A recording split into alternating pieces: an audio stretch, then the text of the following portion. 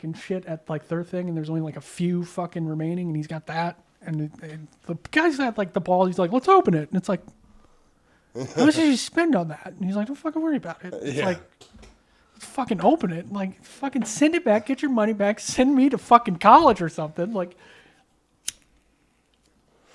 yeah, it's a big one right now when you see so many people struggling.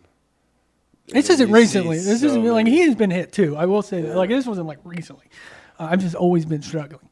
I see certain people that weren't affected at all, and they're getting like that $1,400 check on top of all their. He's one of those people that whenever he got it, it was like, he probably didn't need that. Because, I mean, he was affected, but it was just like everybody was affected. It's like, he figured it out. He's fine. He's kind of cut back. But then again, on the other end of things, when it comes down to it, it's impossible to find employees. Nobody wants to work right now. Yeah.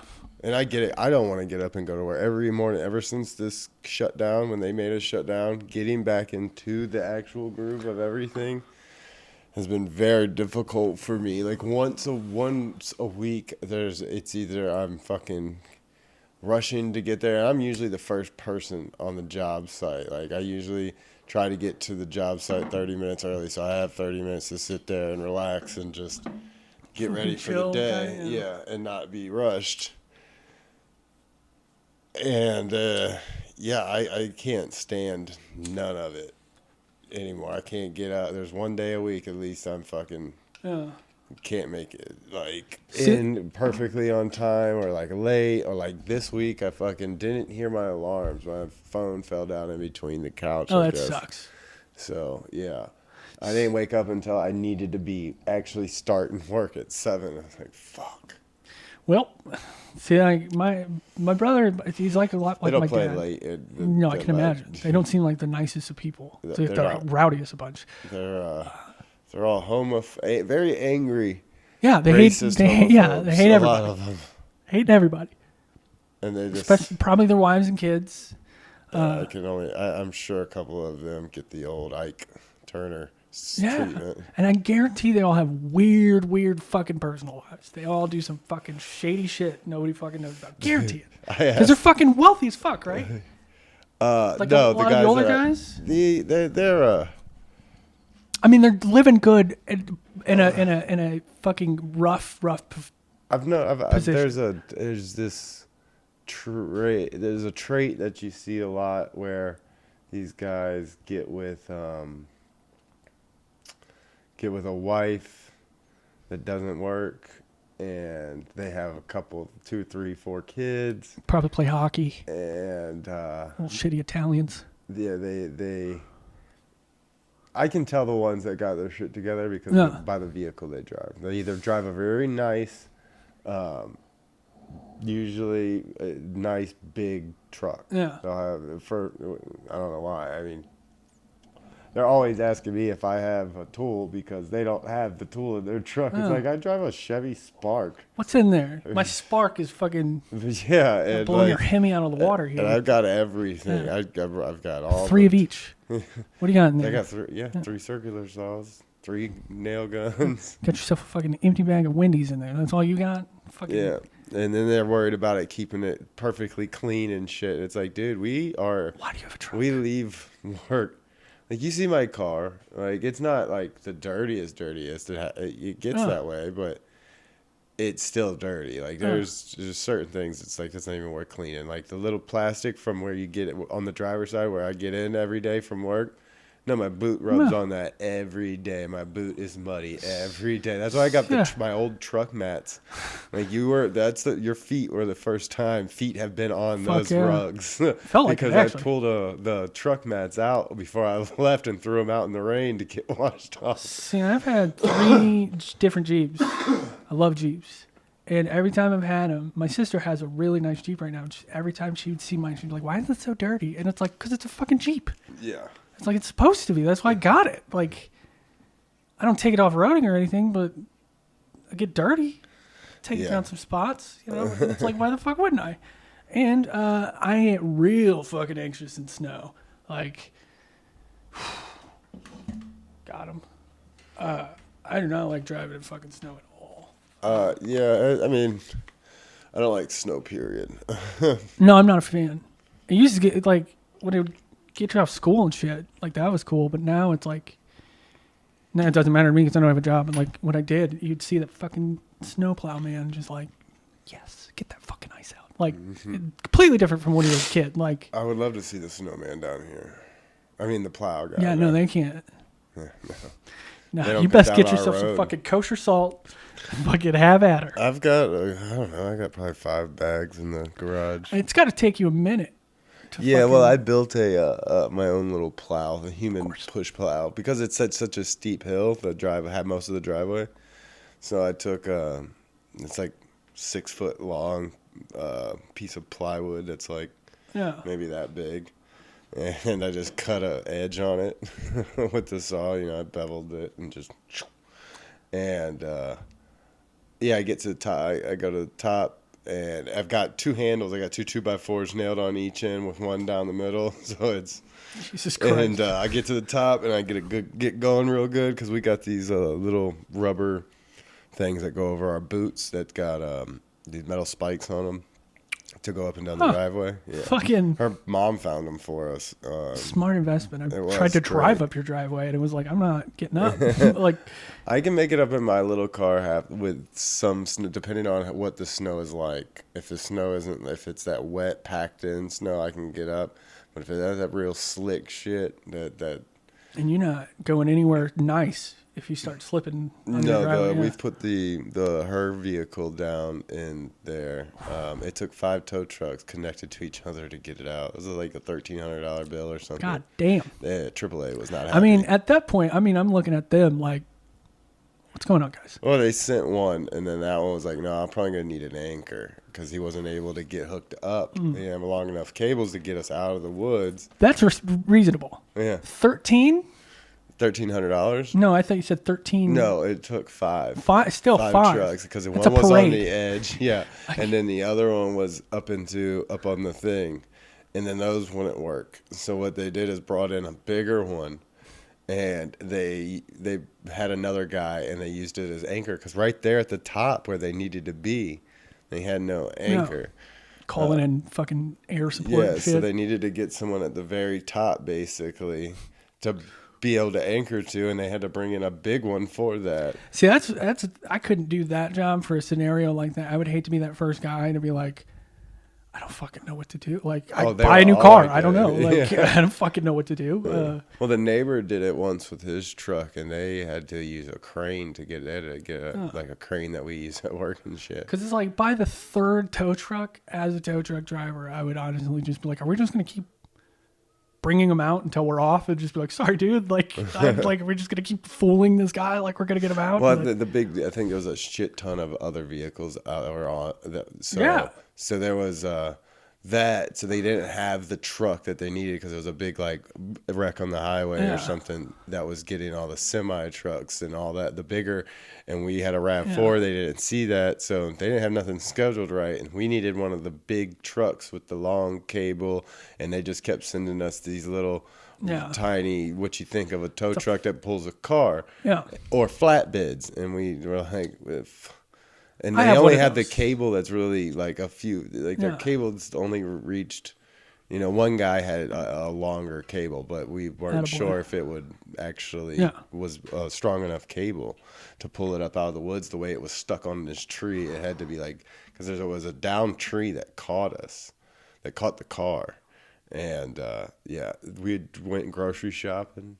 That'll do it. And they were all in the back. And I had to open up the back, basically, and let all the groceries dump out all down into the woods and get them all up. It's a fucking pancake batter. I was like, we're fucking selling it. We're getting rid of this selling goddamn house. Yeah. Every year it snows. I'm like, we're selling this motherfucking house. I mean, I love this house. I'm not going to lie. But I'm fucking lazy. And I'd be shocked if I didn't walk up and down that driveway at least 3 times a year, and I don't want to fucking do that. So that would be like, boy.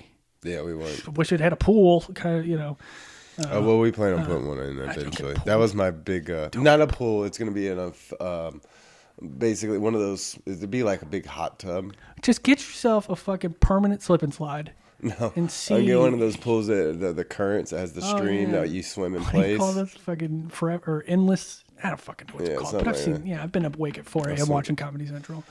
I've seen those fucking. Yeah, I want one of those just for the dogs to be able to get in. It's small enough to where you're able to put a nice size heater on it and have a nice big hot tub in the wintertime and shit. It's a big old hot tub. Yeah. I fuck with hot tubs. I'd fuck with hot tubs.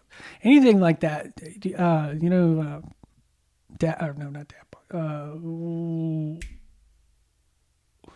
Fucking weird duo artist from I think like Australia or something. Diane Word. Have you ever heard of them? They're saying like Zeph, I think it is, where it's just like intentionally white, trashy looking, but owning it. Stuff. I love it. And hot tub checks that like 3 of those boxes. Like you got a hot tub. Ooh. Die Atward? Yeah, they're weird as fuck. They're my threesome dream team. Is it D-I or D-Y? D-I-E, I think. In space. Atward. I don't know what the fuck how to spell it. But I'm sure. Third down. Oh, yeah. Go to... No. Wait a minute. I That think one. I have. Dude, they're just fucking No. My wild. favorite. Yeah, this is my favorite one. Have you seen this one? The Cookie Thumper? Fuck yes. This Yeah, isn't seriously. our. What do I have to say for this? This is my music? I don't own these rights. Yeah, I don't own these rights. But I would have sex with the people who own these rights. This shit. If y'all haven't seen this, Dude, these are my fucking dream team. Like, holy fuck. I love trashy looking bitches. Fucking, that's I a just Mike showed Ratcliff promise. I showed this shit to my old lady. I was like, "This is the craziest shit," but it fucking goes hard. Yeah.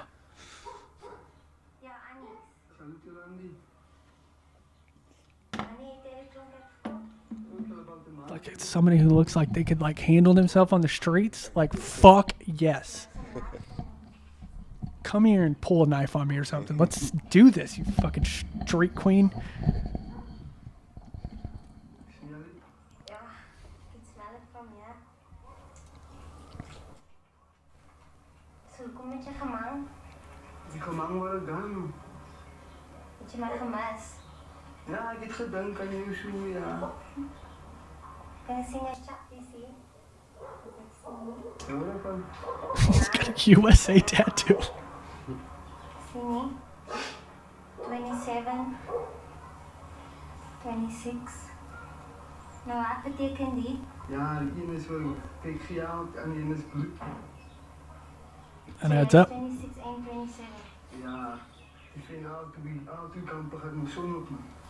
Zo, En 28. en dan gaat zon af. Ja, die is al met hom. Ah, En die ska. ja, die schaat gekregen wordt hij. I could watch this conversation for like a 24-hour loop. Yeah, it's definitely fucking. Wanneer kan ik op was het? Maybe over the weekend. Voor de weekend. Yeah, I just found these guys a couple weeks, like maybe a month or 2 ago. I saw them live once. Really? Fucking, Where are they from? South Africa maybe? Yeah, I did. I I'm mean, surprised. This kind of shit. I've been knowing about them for a minute though. Yeah, because this has been out since 19. Yeah, I mean, I haven't heard anything from them in a couple years.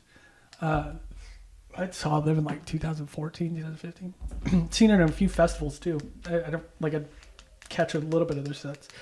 Always interesting, always weird. Excuse me. That was rude of me.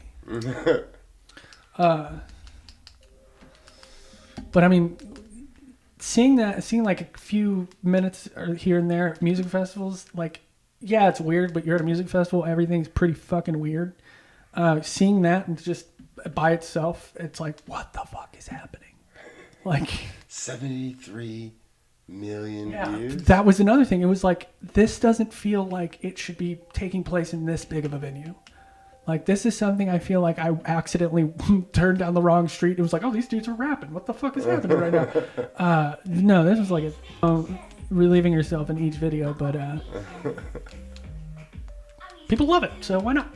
Yeah, she's 34 million 10 years ago. Like I would go as far as say I'd let her spit in my mouth. They got a Vice out with her.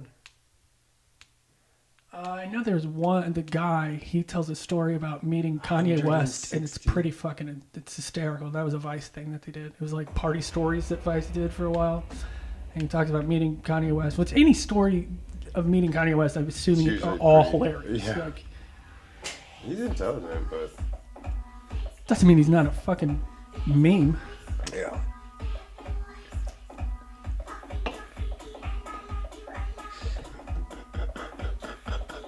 Like, this is just fucking hardcore fucking drugs. Just like this shouldn't be taking place in that alleyway. This should be taking place in some weird abandoned fucking factory in Berlin or something. Sure, there's slight undertones of fucking Nazis or something there. Do you think they live this trashy in life? They probably live rolling high. Oh, I mean, they're doing good, but they that's their style. Like Zeph, I think is what it's called. They have a word that's like meaning like to live that, like owning your white trash and like using it and not like making it a style. And I fucking, again, I'm not kidding. I have like fat chicks and fucking just trash chicks. Oh my god. All day. My buddy Matt's like that. He's really into I would point out chicks to him. He's like, nah, too high class. Yeah, no, I like weird fucking. Like I can appreciate somebody who's fucking hot. It's like stereotypical hot, but I'm not interested at all in that. Like there's been a large amount of times where I've thought somebody was very hot, and majority of the people were like, "That is not an attractive person." I was like, I don't fucking know. Give me that big ass nose. Fuck yeah. Oh, this shit. I don't think. I don't know. I don't get watched enough for that. Probably. Dude, I've been watching Marvelous Mrs. Maisel. Have you? I have seen. I haven't watched all of it, but I've seen. I haven't watched it all yet either. Finished it, but it's fucking pretty good. It's really good, actually. I like it. Yeah, but especially since it's something my old lady enjoys too. She can enjoy. It was really cool because she's not a stand-up comedian, and she very much seems like a stand-up comedian in that show. Like she, like, you know. Oh, they didn't get it. She's not a stand-up. No. She's never done stand-up. And she definitely seems like she's done stand-up, like, and very good at it. She should be called.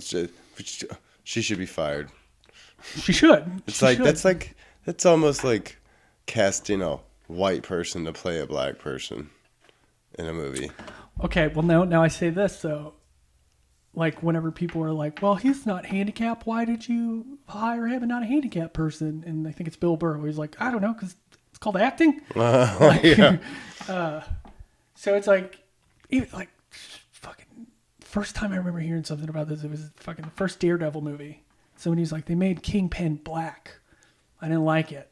And it was like, that's why you didn't like that movie? Like, that's what drew you out, not everything else about that horrible piece of shit? I was like, what is that? 3 most incredible and mysterious historical photographs. Deep American roots of the... You know another thing that I watch a lot? I think we've talked about this before. It's combat videos. No. Dude, I get down on just fucking straight human on human violence, apparently, in a war scenario. It's interesting as fuck. Did you see this?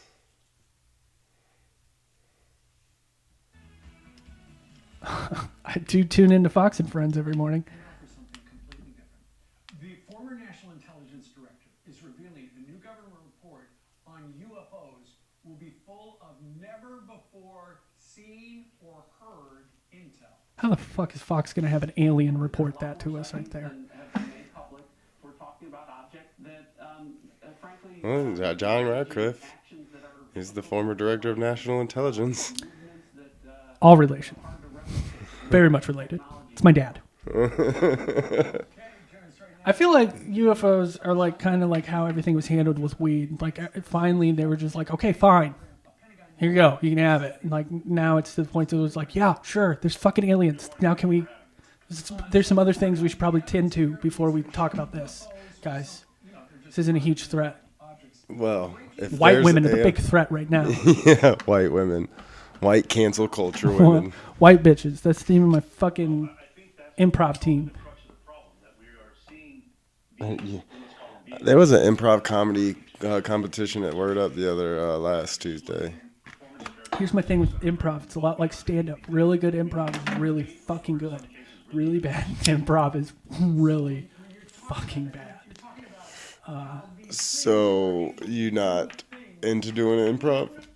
I'd be interested in it, but I'm interested in the after. Like I don't know if I could handle grinding like class 1 and class 2, where it's like you're still with like, hi, I'm Carol from accounting, and I'm just here to meet new people, kind of thing.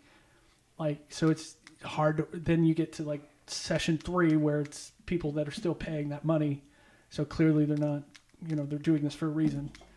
I don't know if I can handle that first couple of classes or whatever those are. Well, greatest line in the history of comedy. Let's see what that is. Do you ever see these? Is that Leslie fucking... Make yourself a drink, baby. No, thanks, Rich. Oh, that's... Who are you and how did you get in here? I'm a locksmith. And I'm a locksmith. What did he say? I'm a locksmith and I'm a locksmith. Have you ever seen that video of the guy like talk? He's like in an office and he's talking on his phone and you hear a door like kicked open from behind the camera and he goes, "You got a lot of balls showing yourself in here." And it turns the camera and it's just a dude covered in fucking different balls and shit. Like funniest thing I've ever seen in my life.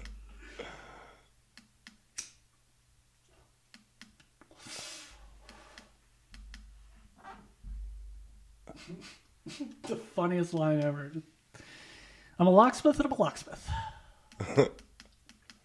That's the greatest line in comedy. It's gotten over 1 million views. I like to think that guy who posted that thinks that. And like the first time he heard that, he just couldn't believe it. Just couldn't hold his shit together. Like, oh, I gotta create a fucking YouTube shaking for this. His friends like, do you not get it? He's a locksmith. And he's a locksmith. They're like, yeah, Chad. In 2 weeks. You need to go back to work, man. Parents are worried.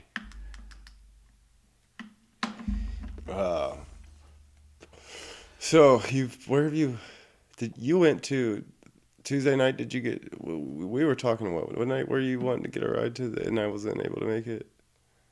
I was going to, but I was like, I got too much shit going on here. I honestly don't remember, to be honest. It was recent, wasn't it? Yeah, it was last week. Oh, was it Blackpack? Yeah. Did you end up going? No. Did you end up finding any mic? No, I was going to Uber up there, but I don't like Ubers. So I was like, you know what? I'll just tell jokes to my cat. Probably get the same reaction. She's black, so. Yeah, that one's close to my house, though, so I should probably go to that one. I liked it when I did it last time. Yeah, no, but they're cool. They're putting in the work, that's for sure. Tonario and all those guys, Jason Nelson, Tonario. Yeah. Tommy Dangerfield now has one on Mondays. I did that one this Monday. Yeah, I saw it. I didn't know that was an open mic. I thought that was just a show. It's going to be a great spot. Where's it at? Soulard? Yeah, Big Daddy's at Soulard. I went to Big Daddy's on the landing. So that's when somebody was telling me about that. I was like, the fuck is happening on the landing these days? Yeah. I didn't know it was still there. So, there's a magic shop on the landing. That's telling you how good it's doing down there. Yeah. So we did that. Went there. It was it's a great spot. It was a great turnout for a first show. Besides these, I don't know, there's a chick comic, which she was all right. She's new. I haven't been seeing her too much, but she brought a bunch of her friends. These maybe young, somebody did talk to them, like, and they were like, "Oh, I just turned 21." Ooh. So it was like a bunch of 21-year-olds that my demographic. I guess, yeah, they besides that they didn't like to laugh at anything. It was like painful. That's just a crowd of people you look at. What do you do? Yeah, like I literally stopped doing my set, like, because I was working on new stuff. Yeah. I was like, fuck this. It's not that bad. And I just started doing my most confident jokes that I know are funny. And I wasn't barely getting any laughs besides the other people that were in the room because it was full of comics and this group of girls that just weren't there to see anybody else besides their friend. Which sucks. Yeah. See, I'm confident in my jokes until that scenario happens, and then I'm like, well, I guess I'm just not fucking funny tonight. Yeah, that's kind of how it makes you want to feel, but then, you know. I ignore it, and I usually fuck it. Or I'll double down sometimes, and I'm like, okay, they really don't like this, so I'm going to talk about it for probably the rest of my set. Yeah, but it's going to be a great mic. I know it is with the way it's set up and everything. They should have a good little spot there. That's Mondays, and then Tuesdays I always do Word Up. And that was all right. I did all new stuff there. I kind of been trying out this system to where, since there are more open mics and I'm going to more of them, one of them a week has got to be all new, a new 5 minutes. Yeah, that's interesting. You were telling me about that. That's I've done similar things like that. It's fucking smart. And the 2 sets that I've seen you hit me and the one you just showed me, clearly something's working. I'm assuming it's probably going to like mic after mic and stuff like that, you know. But yeah, I mean, the last time I saw you live compared to the last video you showed me, there was a difference. All same jokes, oddly enough. Yeah, my big thing is I finally sat down and organized a bunch of stuff to where it was more in it's still a bunch of one-liners in a way, but it's more in a story as far as I segue instead of jumping from things to things. Because you're not going to be doing just 5 minutes for the rest of your fucking... No, I was offered to do 20. And I mean, yeah, I've done 10 quite a few times. I've got 10 down. Got 10 down pretty easy. 4 jokes into 10 minutes, and I'm like, man, I don't... Yeah, I know, but... Jesus. Oh, shit. How do you remember all that? Yeah, well, that's my biggest, that's the biggest thing I got to overcome now, and that's a big reason why I've organized it into more of a chronological kind of order to where it's like, all right, after that joke is this joke. But yeah, what is it here that we got? I just the other day wrote down pretty much. You write pretty regularly, right? I write down I've kind of yes and no. I write more now or less. Nowadays, when I actually sit down and write, like spend an hour writing something out, it usually has nothing to do with comedy. My comedy writing is more or less something I think of something throughout the day, or something happens or something like that, and I jot it down, just a couple little words that reminds me of it. And then I get home and I'll write it down at the top of the page, and I'll basically write the joke, what the joke is, what's the funny part of it. Yeah. And then I'll use either what happened, or I'll build a scenario around it, and then I just have to play with the scenarios, because I'm pretty confident now that I know I know if it's a good punchline or if it's funny, and that's pretty much what I'm kind of looking for. There's comedians that don't have punchlines out there. There is. Let's be honest. Still great comedians. Oh, I'm fucking hilarious. But and that's something I like is the late, like I did at the back door. I did all right, I'm gonna do a couple quick, just some quick ones you can take home with you, go to the bar and tell them become popular. You can have them. Here you are. Yeah. Fuck it. And just do some real quick ones, the abortion jokes and stuff like that. See, which I polished up the very first abortion joke I told at my very first set, and it's gotten much better. It is. I fucking suck at writing. I'm not going to sit down and create a joke. Yeah, that's my writing, you see. Yeah, I'm going to think of something throughout the day that's funny. Oh, wait, no. And I'm going to write it down. Now, luckily, I think of bangers all fucking day. And that's more my style right there. Each one is a joke. I have little memos. It used to be, you go into my old notebooks, it would be 2 or 3 pages, because I'd write out everything, the whole story, and then have to search comb through it to find the actual funny. And eventually halfway through, I'm like, okay, I'm just trying to write up this story to this point of it. This point of it's the punchline. Yeah. Like, I hit this pinnacle too. It's really interesting. Like I get to this high, this stoned, to where everything I'm saying is perfect nonsense to me. And I'm cracking myself up, and I will write all this shit down, record it, and then I'll go back and listen to it. And it's like, what the fuck are you talking about? First of all, like, and like, I just, in my head, I'm stoned, but I'm not like out of it. Like, I still know what's, and I'm like, that's the fucking pinnacle of comedy. And it's like, you just did a knock-knock joke, buddy. Like, fucking take a seat. oh, wait a minute now. I've got a theory. I heard something that I've been saying now is... Been saying that for a minute. Yeah, you want to learn how to write a joke, take it all the way back to the basics, and write a good knock-knock joke. Write a solid knock-knock joke. I haven't been able to do it yet. Yeah, that's tough. Yeah, just write a solid. It's the most basic form of a joke.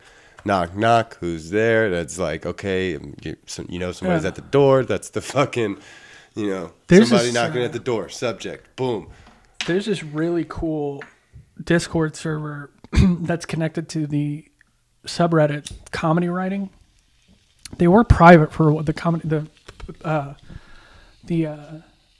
subreddit was private for a while. I don't know if it still is or why it was. They've never said anything. But their subreddit, what they have in one of the channels, it's called 5 Daily Jokes, and you write 5 daily jokes and you put in a bot command and it racks them up for you. But you can go in and you can read everybody's. And the reason they do that is because you can go in and you can see, like, yeah, sure, most of the time these jokes are not good, but they're jokes. Like, they're written. And so, like, it's really cool because, like, a lot of the comics on there, you'll see what they write, and then they'll show you their set. It's like, oh, you don't tell jokes like that kind of thing. You're just learning, you're just practicing that setup punch, how to get there quickly. And I mean, they do it every single day. And I mean, it's... Yeah, if you go on Joel... Hot Breath's writing group, he every day has a word. I've yet to be able to... for one, where I can't be on my phone while I'm at work like that, but I've yet to really think of a banger. I seen Kuvar on there putting like 3 or 4 jokes per fucking one, and it's like, Kuvar is a joke writing machine. When it comes to, like, he's always got... I haven't seen him do the same set once.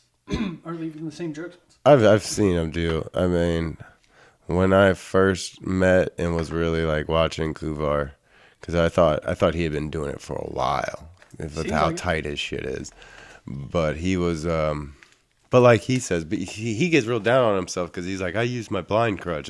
If you were blind, you'd have one too. You hear so many. 95% of my sets. So it's like, as most comedians, yeah, and that's why there was that new guy the other night came on stage. I don't know if you've seen him. He had the beard. It was shaggy looking. He had the blonde. Yeah.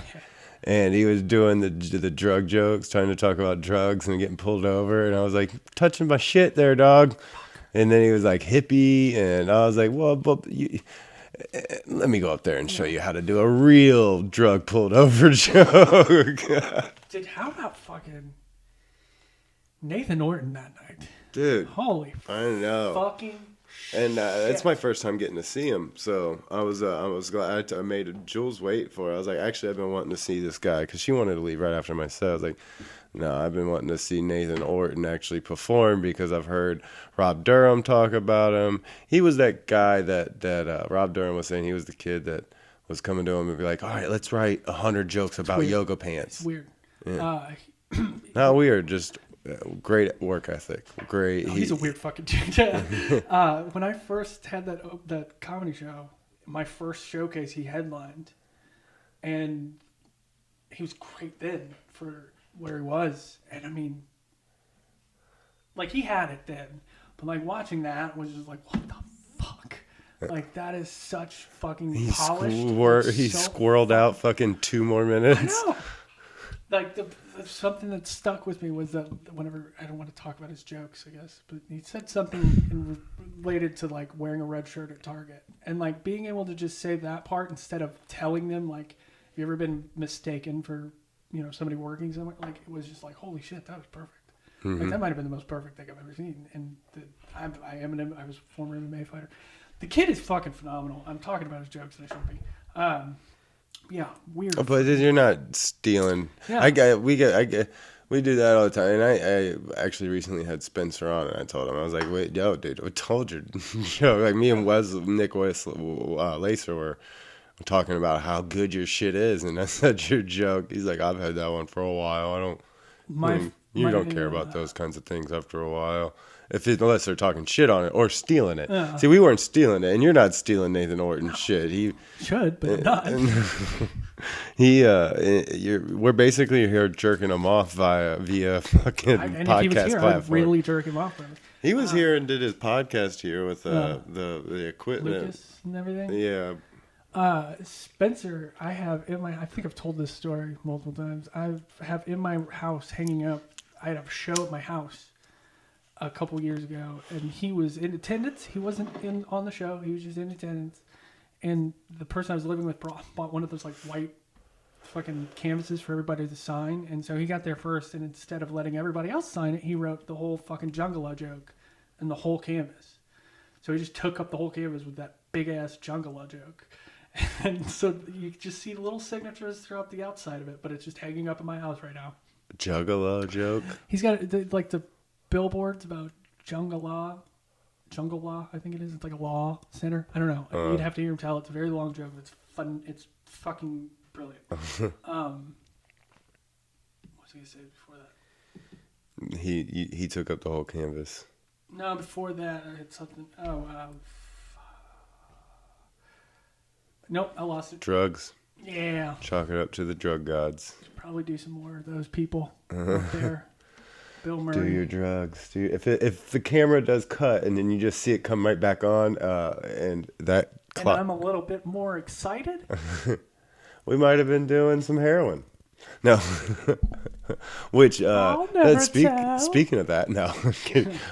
Spencer, I guess, was doing the kratom. He had a big bag of kratom and was talking to me about it. Have you ever tried that?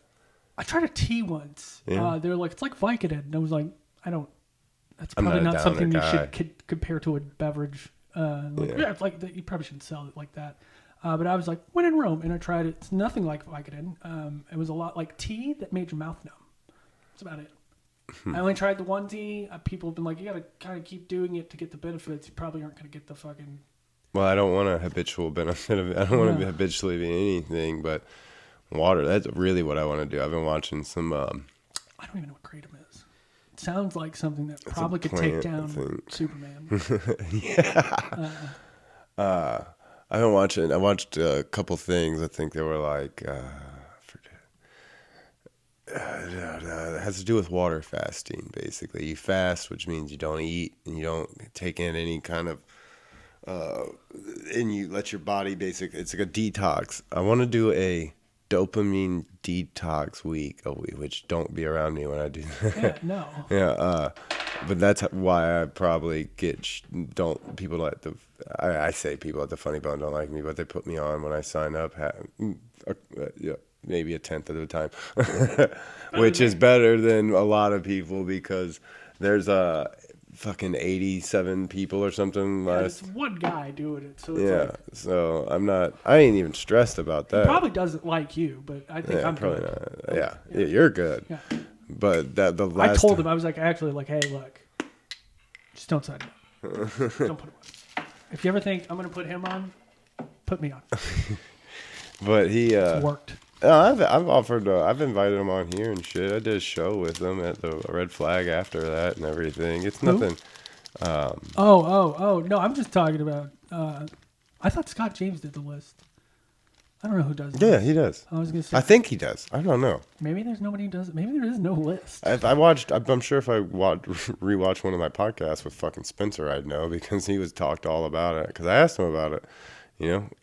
I know nothing about because I'm not like in. Yeah, I'm not in I'm at the so Funny Bone. interested in it. I'm so interested in the inner workings of like the inner politics kind of thing, like the comedy scene, because like again, that's like like there's very few. I'm assuming places. I mean, I'm not assuming. I don't know, but it's cool to have that club. That's like that. Whenever you think of like the comics hanging out a comedy club, it's funny, but you have that. So I kind of want to see what it's like. Like, oh, it's, when you could smoke at a comedy club. This is kind of what I get the feeling there. Like Yeah, go there on Tuesdays. yeah, and I do whenever I'm on. I'm not just gonna go hang out. That's how I am. But you have to go there and hang out on Tuesdays and go to the shows every weekend. And I get that. I totally understand that. There's like 3 comics I want to see at an open mic, and 2 of them are me. So Yeah, I get it, and not that I don't even want to see me, because especially if I'm going up on Sunday, I'm gonna do the set I did at the back door 2 weeks ago, pretty much joke for joke, itching. just because I gotta do a guaranteed, That's the best time to just fucking take the wheel, baby Jesus. Oh, Somebody. I've been doing a lot more. I'll put my dick out on shows like that just because I'm running out of shit. Like the backdoor show, that my first one, that one that I sent you, that shit was set up so perfectly. That lady, because when I first got there, I sat in the car and I was smoking, talking to Jules, because she had just got off. And as soon as I get out of the car, this older couple and their daughter are walking by my car, and this older lady is like, there must be a dead skunk out here or something. And it's like, she gets set right up front at the back door before and I see her as I'm going on. And I was like, excuse me, ma'am, I know you thought there was a dead skunk, but that's a expensive ass skunk. And it just was a perfect setup. Like, it was too easy not to. I like that. Yeah, I like that opening line of something you think of. Just like that other one at the back, when I did the competition at the Word Up. It was like, yeah, I got up there and I really need this $100, and it just killed for some reason. Works really well. And then like the first drug joke I did, someone else come out with I got a line, and it's like, don't start something you can't finish, bro. It was just perfect. It was like I was just hitting it all on the. Then another joke that was I did the Jujitsu joke. Got a Jewish dermatologist called Jujitsu, and some guy yelled out, "That's a white boy joke," and I was like, "I am." Turns out, like things like fucking 2 minutes before my set, Ronaldo looking at me and going like, "Do the fucking I have a dream joke."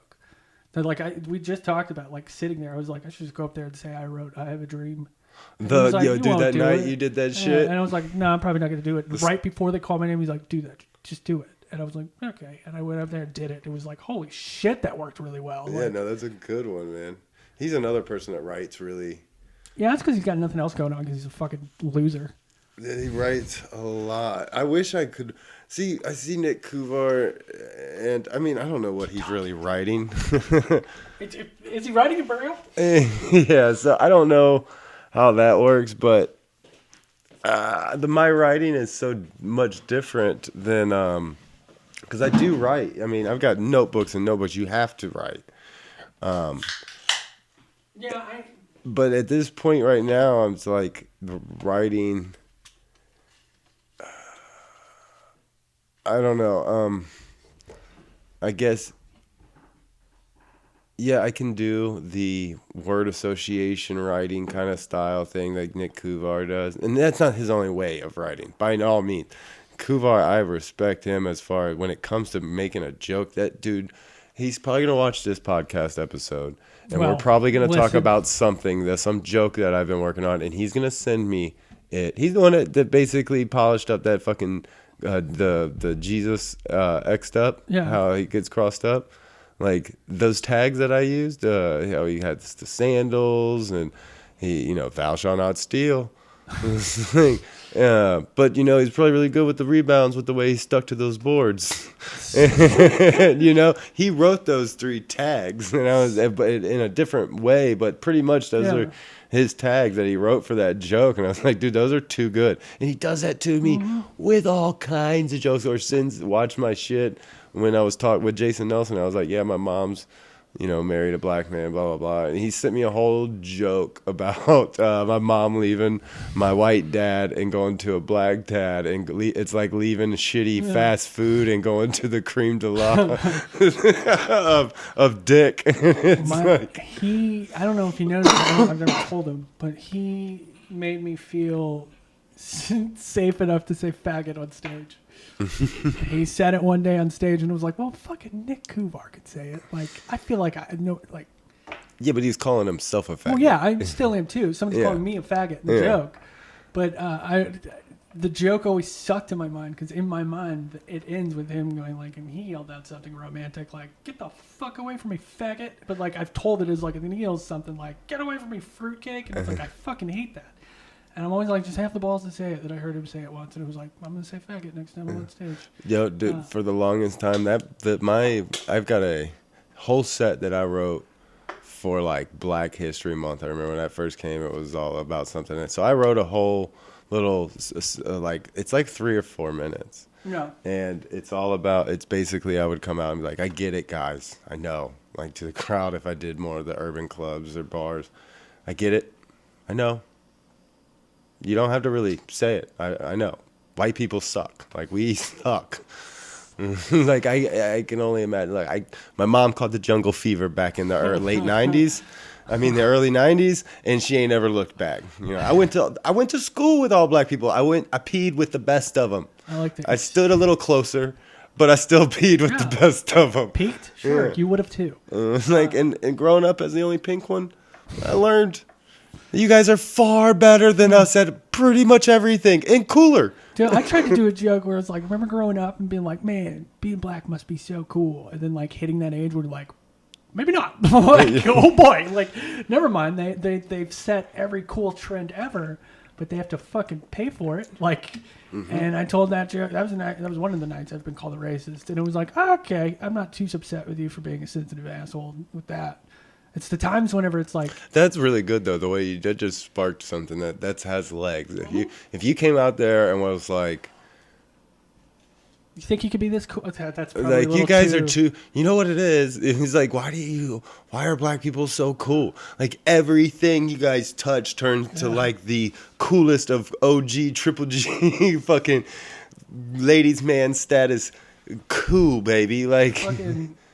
All it took was Snoop Dogg going on fucking Martha Stewart, and boom, she's fucking dope as shit now. Yeah, it's like everything you guys do is just cooler, smoother, flyer. So technically, I mean, you got to give some to get some. No blood, no foul. I like Daniel Tosh's joke about that, the whole police thing where he's like, I know how to get rid of police brutality. You're not going to like it. Ready? No more white people can be cops. Only black cops.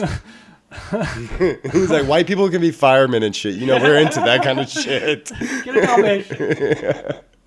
I was like, that's fucking gold. Like, what the fuck? That's who I hope I see on tour with new material soon. I don't know what happened to him. Is he still at that show? No, they took it. They just canceled it not too long ago. This past year. Still tour? I haven't seen his name. No, that's what I'm saying. Because he's been that cushiony job on that. That's why he hasn't really done anybody. He hasn't done any podcasts with anybody. Well, I know he's like super fucking socially anxious. Like I've read, because back when he first came out, like stand up wise, I felt in love. And so I was like, I need to know everything about this guy because I'm weird like that. No, with it, he was, yes. Yeah. I was asked my wife how he tied. His is one of my. When we drive to Virginia to see my sister or drive to Carolina or Florida or something, I listen to all three of his fucking specials. I listen to driving. I think I have Happy Thoughts on DVD still. Like, could be wrong. That shit, he is. I don't care what anyone says. He is a great fucking comedian. He reminds me of Spencer Techmeyer. A great. Yes. Yeah. I think just that kind of look. They just do kind of the same jokes. They push the line. Yeah. They really see that. They're like, look at this. This is this.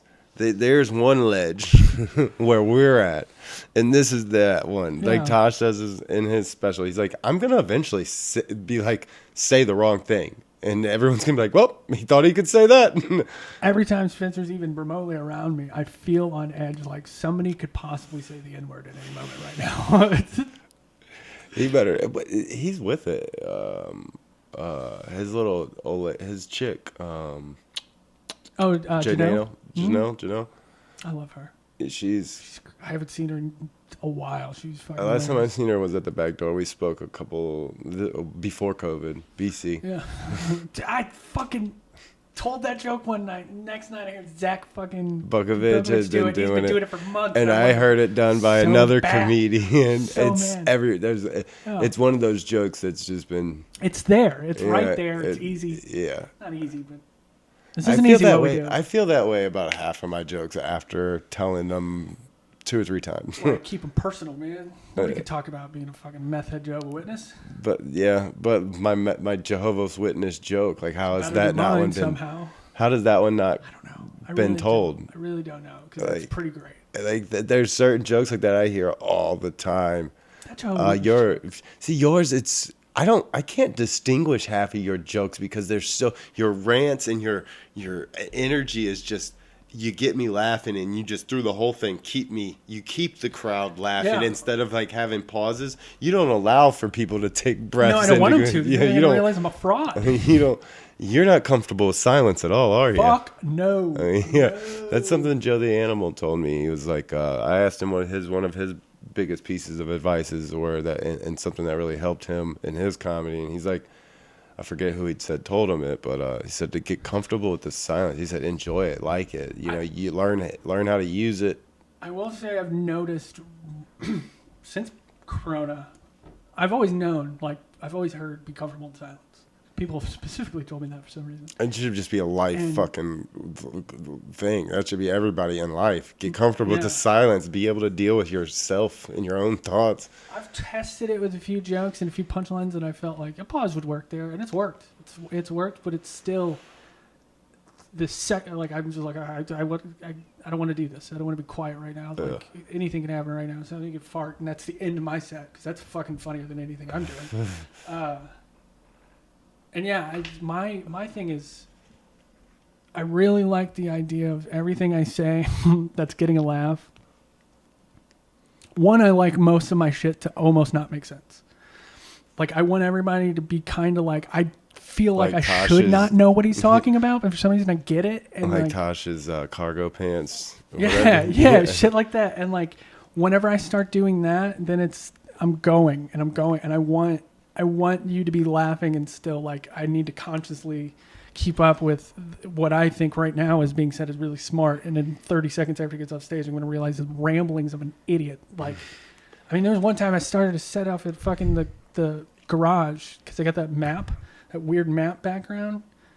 Oh, yeah. And I walked up there and I looked at it and I was just like, fucking, that's my house. And then I just started going, I was like, yeah, $360 a month, 2-bed, half bath. How many baths do you got? And like, just did that. And people were just like, what the fuck is this guy talking about? Somebody said that while laughing though. So I'll take that. Or I'll go up and I'll start it off and I'll be like, what's your name? And they'll be like, Samantha. And it's like, ooh, is that French? And it's just like silly shit like that. Also, anytime you're on a bucket mic, anybody should use this. If you're at a bucket mic, whenever you get your name called up, act like you just got called up at The Price is Right, because it feels, I'm assuming, a little bit like the same. 'Cause you don't know your name's coming up, and it's like, oh shit, I'm up. Like, it's so much fucking fun. That was my first open mic was the Helium's open bucket mic night. Dude, that's too much anxiety. I don't even like doing them now. Why would Bucket I? mics. Like, I knew I could get up for sure. It was late at night, and I don't know. It was. It's not a bad mic to do for on a whim because it's easy sign up kind of thing. Have I ever told you my first bucket mic experience? Like third week into comedy. I've heard a lot of people be like, over me saying was my first open was. It's just that I feel like that added anxiety of not knowing when you're going up for your first time. I mean, now I know what I'm doing, and that not knowing when I go up, I can't go smoke a cigarette. I'm just I have to sit there and just, if I don't like it, but I do like it. My first time, I get drawn last, This is after the mic has been delayed a couple hours because the comic in the showroom is like D.L. Hughley, I think. He just packs the house every show, and like so many people were in and out that it took a while. I've done a bucket night when he did that. They call my fucking name. I walk up, as soon as I grab the mic, I can hear the fucking showroom doors open. And I didn't even know that many fucking people could fit in that room, but they all decided they wanted to get one more fucking drink at this bar right connected to this fucking venue. And they're going to all come into, like, I mean, I'm talking that whole showroom. I mean, maybe 30% of the people left, but the rest of them just poured in as I'm like, ha! Like, third time I've done comedy. And so I just, like, I go into my, like, bullshit about marijuana or whatever the fuck I was talking about, like, pot, brownies, I think is what I was talking about at the time. And they had just seen D.L. Hughley, who I assume killed, and now they're watching, I was wearing a sweater. Like a Cosby sweater. And like, dude, it was just crickets. And like, if I ever do a show with Quentin, or if I get him back on the podcast, I'm getting a sweater, like one of them porn sweaters that he always wears. Dude, best. I'm getting one. And it's just gonna throw him off. I'm like, yeah, what's up? Who's got the better sweater now, bitch? Got your tattoos too. What are you gonna do about that? Yeah. Draw them. Just start giving him facts he would give you. Sinuses have been kicking my ass. Dude, my old lady was down for like 9 days. I had to take her to the hospital and shit because her sinus infection. See, that's not Ratcliff household. We're, you know. Yeah, I'm a drug addict, so I'm pretty resilient. Yeah, the germs get to me and they get fucked up. They're like, hey, I don't want to go back there, man. Ratcliff house, it's fucking rub some dirt in it or die. We ain't going to the hospital, son. So call an ambulance. I ain't taking it. I think you're gonna see a lot more of them sicknesses throughout this whole. Now, if they keep the mask thing in place, because it's a fact. I'm pretty sure that our immune systems are built up by this right here, us being in each other's little fucking, yeah, this, like, we all have an invisible, like, you remember Charlie Brown, the dirty kid, what's his name? Fucking Clive or something. Shit like that. Yeah. The dirty kid that has that every time you see him in every scene, he's just Mexican, that's not he's got the little dust ball around him. The kid that carries a blanket, right? Yeah, I think so. I can't think of his name. That's what we really are like, but it's invisible. We have that of our own germs and everything, and it's us intermixing and being, you know, it strengthens our immune system. If you lived in a bubble for your whole life and then went out of that bubble, you'd probably get the common cold would be more susceptible to killing you. Like scurvy or some bullshit like that, and you with everything else is gonna.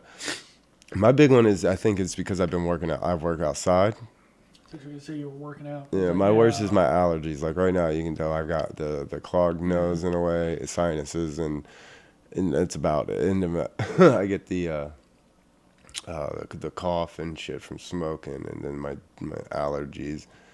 And here's my bullshit. But I'm outside working, so I think that vitamin D and the fact that I'm in a physical laboring job, it's basically like working out. Doesn't help or doesn't hurt at all. And if I ate healthier and didn't drink sodas, probably say the N-word on stage. That's I think I might be dead. I don't know. You better bring some fucking funny. See, here's my thing. I don't want to toot my own horn. I don't usually toot my own horn. Yeah, I do. But I was a perfect specimen. Like, I'm not kidding. I sound ridiculous in these headphones. I was a perfect specimen. Like, going into high school, I was really good at sports. I was told going into high school, like, stick with this. You're going to college for it. Got to high school, like, everybody would be in the gym. I would just be sitting there, like, drinking milk. And they'd be like, you're not working out? And I'd be like, why the fuck would I do that? That sounds awful. And they're like, to get better. And it's like, I'm already the best. And that was just how cocky I was. I was not the best, but I was good. And just never worked out. And went to rugby. Really good at rugby. And there was only 2 practices a week. Fucking 1 game, like, I didn't have to work out. I didn't take care of any of that shit. I was really good at it, just naturally. And just slowly, in that mentality, just tore my body down by not taking care of it at all. And it's like all I've had to do, and it's down to the point where it's like things like my teeth. I should not have the teeth I have. They're not good, but they should be gone or bad. That's because of the drugs you did in the past, correct? Yeah. I didn't. You keep your mouth hydrated. Then there's this myth on the. No. Yes, I'm sure meth does affect the. It's not good for them as in a way, but what it is the meth, dry mouth is what rots your teeth out. Is being dry dehydrated. mouth, it's the chemicals that are on your teeth, and it's the fact that whenever meth addicts tend to quickly start lacking on hygiene, really quickly, like. It's weird. And I never understood that either. Like, it's like, dude, I used it's to always very say, weird. you want to clean everything else, just brush your teeth. And, right? And like, it didn't make sense. Like when people were like, you don't want to eat at all. Like you can't, like people just don't eat. And then until I experienced that fact of like, oh, it's been 3 days since I've eaten. And the thought of food isn't like disgusting, but it's just like, ugh, What do I need that for? I don't want that at all. Oh, I know. I've done it. Yeah. It's a weird feeling. And like, It throws your balance off real bad. And like, the day 2 or 3. I wasn't like this, but it's You know what I did for the eating? Because I would see it and fucking feel it. Slim Fast, man. I would use those naked fruit and vegetables smoothies. I'd always Shit get like that, yeah. If you see me with Green Machine naked fruit smoothies, that means I've been on a bender. Okay. I'm on a bender. If I'm drinking like fucking Pedialyte, boy. I got Pedialyte upstairs, but that's just because of my old lady. And like there's like a large amount of people. I found this out by being strictly online while I was doing a lot of math. It's like almost 50-50. It's either or almost a little more than 50-50 is you're either going to masturbate vigorously for like, and I'm not being sarcastic when I say like 12 hours a night to shit. You're not like a lot of dudes who were straight would just randomly be into gay shit like while they're high. And like, they were like, yeah, no, I'm not gay. Like, I'm not. I've never gotten on that one, but like they to the point where then again, you're not raw. fully straight, correct? There's a curve on your. No, I'm not. But I also, whenever I don't have a heightened sense of sexuality whenever I'm on meth. Like No? I don't know. Like I just kind of tinker with shit. I That's start how a lot of and my main thing was like, especially when I got back on my Vyvanse prescription, doctor seen my Well, I'll build you a fucking house on Vyvanse. I don't dude, know those how fucking to. dude, those fucking Vyvances. And see, my doctor, he to get back on it, he had to get my medical history and everything. When he finally got that, he's in there, he gets it, and he opens it up, and he's like, it's this Indian dude. He's like, holy shit.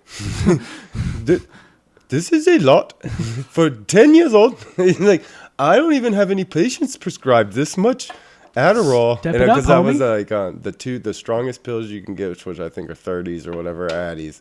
I would take 2 of those in the morning, 2 of those at lunch, and then 2 when I got home, and then 2 after dinner. Like an old person with how many pills you had to take. Yes, that's Fucking how it was Jesus. with my parents had Like me. the day of the week fucking pill counter thing, like the M2. Yeah, But it was just Adderall. It was nothing. I didn't take anything else. But 1 Adderall for me now is lights out. Like I'm done.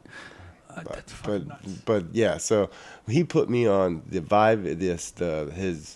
He had some new shit. They're like 70s or some shit. They're XRs. Yeah. Like you're a bad doctor. I forget what they were, but that's like the strongest ones they made. They just like released it, and they were like XRs or something. And me being me, and when I took it, I was zooming already. So it was great because I had ate. I got a full night of sleep, and I remember I went and work, and it was a fucking middle of the summer, so it was a hard day of work. I was like setting trusses or something and running lumber and all this other shit. So I like really got a good workout in that heat. It was like 100-something degrees. I was worn out at the end of the night. Finally, I was worn out, and I wanted to eat and go to sleep. So it was perfect. Yeah. Next day, I was like, 2 would be even better. 2 wasn't better. I didn't know what the fuck was going on. 2 turned out to be not. Yeah, just 1 on an No. empty stomach was like, God, Maybe cut 1 in damn. half. I don't know. Well, It's you do that, Tuesday. and they're like the you bust open those, and it's like these little Oh, pebbles. yeah. Yeah, Remember the fucking... There was... I don't know if this was real or not, but there was one point where somebody gave me an Adderall and I snorted it, and it hurt my nose more than anything to this day has ever hurt my nose. I've snorted meth. I've snorted fucking Molly, which is just... I snorted meth. Vyvanse, and Yeah. that shit for about 6 hours. Yeah. And apparently the guy he was like, oh, yeah, they just kind of do that to Adderall now to keep you from snorting it. And it was like, I feel like that's not true, but you're the only person I know that would know that, Terry. So Yeah. I got health insurance. Once I get my health insurance back with this guy, this builder I'm with, which I should be getting pretty soon, I'll probably get my prescription of, but not like that. I'll get because that's definitely.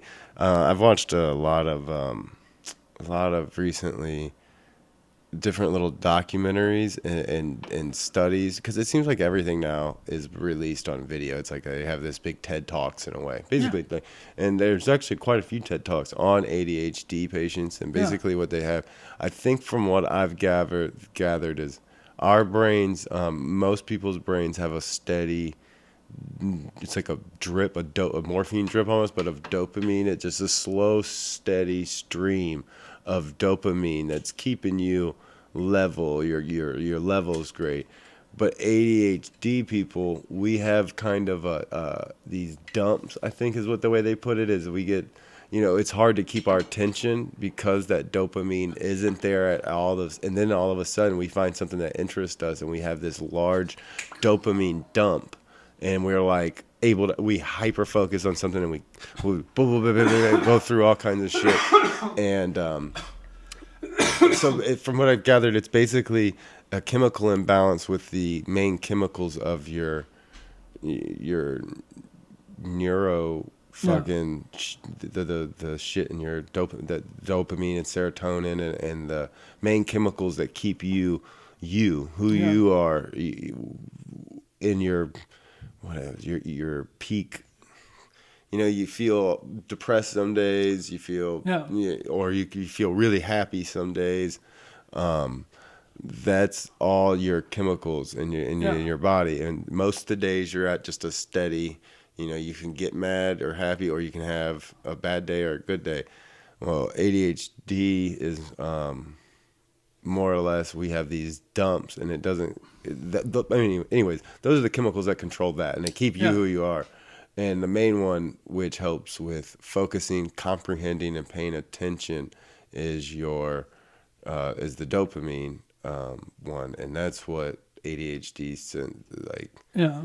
And so it's the amphetamines. Basically, when you take these Adderalls, and the study that they've got out on it now, basically like street meth versus Adderall, exact same effect. The exact same. The molecule that is on there on Adderall, the amphetamines from methamphetamine to amphetamine, exact same thing. Amphetamines and methamphetamines, pretty much the exact same thing. Which I've been working on a joke about, like trying to figure out a way to talk about how people judge someone that's out there smoking it, but they don't say nothing to the college campuses with fucking 1,000 kids running around that make are it about a younger outs. kid, but nobody's talking about 12-year-old Timmy running around fucking. Fuck, I was about to. Oh yeah, Angel, my wife, she's got a form of bipolar, which is really weird. It's similar to that, to where she will hit these manic highs for a very long time. And I mean, whenever she hits it, my wife is annoying as fuck. I love her. And she knows this, and she knows I'm saying this, so it's okay. She's annoying as fuck. She doesn't stop talking. But whenever she's manic, I can handle her not stop talking. It's fine. But whenever she's manic, it's just like, yo, you've hit 3 topics in the past 4 minutes, and it's about bullshit. And it's like, clearly when I'm like, if I'm on my phone or something, she knows that I'm not paying attention. Like, she usually, like, a conversation dies off, we fuck off. But like, she'll just keep going and keep going and keep going and keep going. And like, I'll sometimes look at her shocked, and she's like, I'm sorry, I'm really manic. It's like, don't fucking apologize. Like, you're not doing anything wrong. I can get it, but it's crazy to see, because she's like, but her lows are like she sleeps. Like she doesn't get grumpy. She's not a grumpy person. She's like the happiest person you'd ever meet. But like, yeah, she'll like sleep a little bit and then she'll be cool. And then every now and again it'll just like out of nowhere. And it's like, dude. And she said like every time she's been on medication, she's like, it's either made me sick or it's made me, you know, the complete opposite and just lame.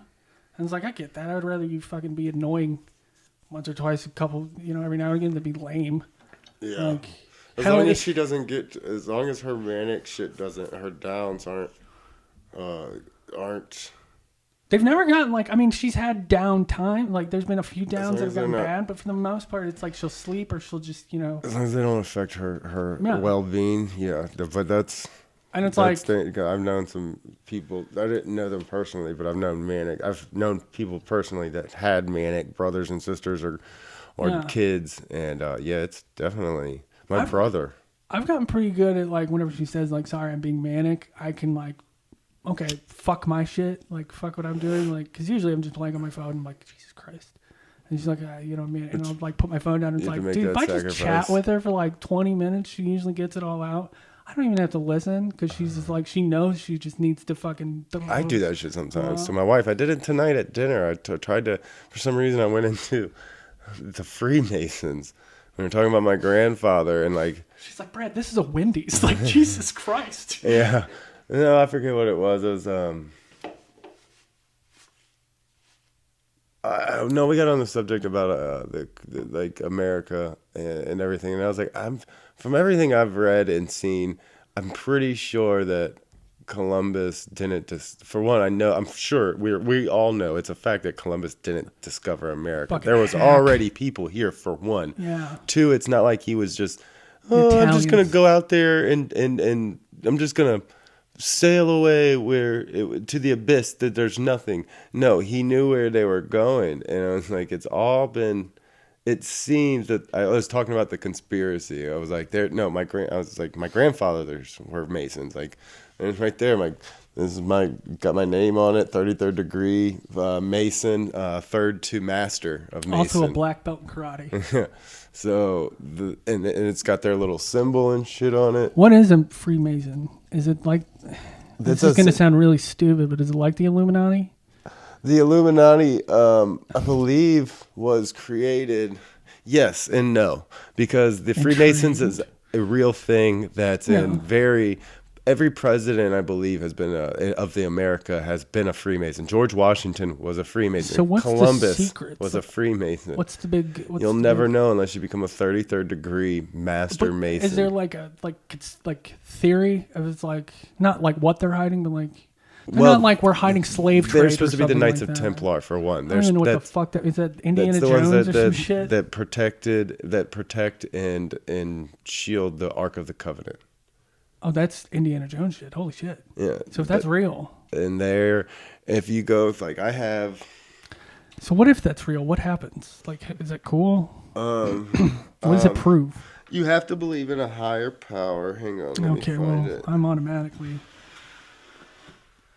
I've got it in here. Can it be any higher power, like fucking AA meetings and shit? Yeah, I don't think it's. They lead they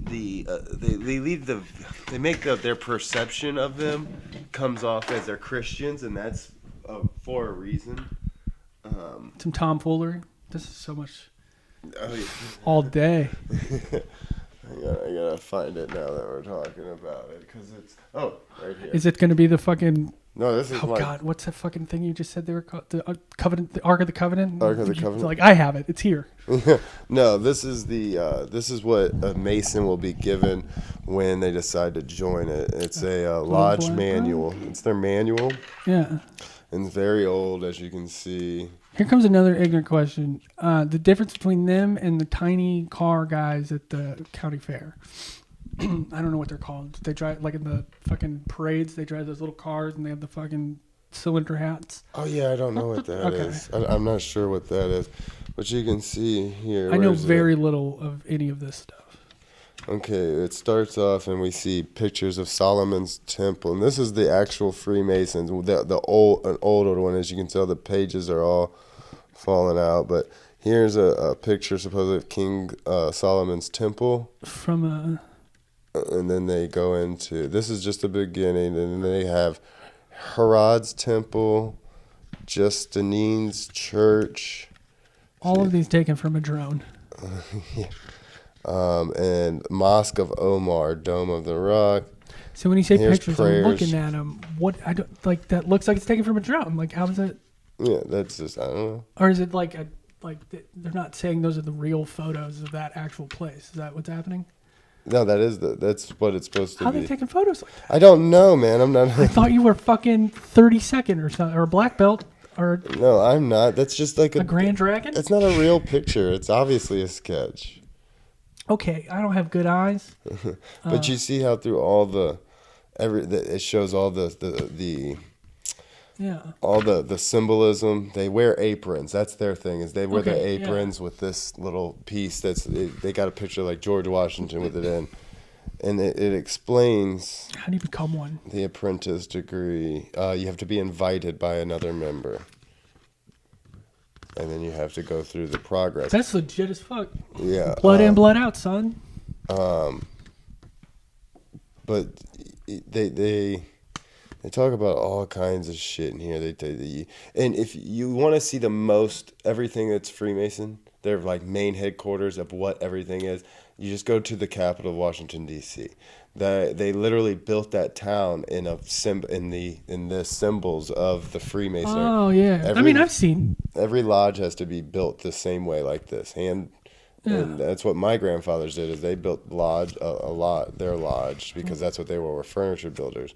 But they explain what a lot of these symbols are and what they represent when you see them, because you'll see this. You'll see how it's got that the protractor, not the protractor, the Compass? no.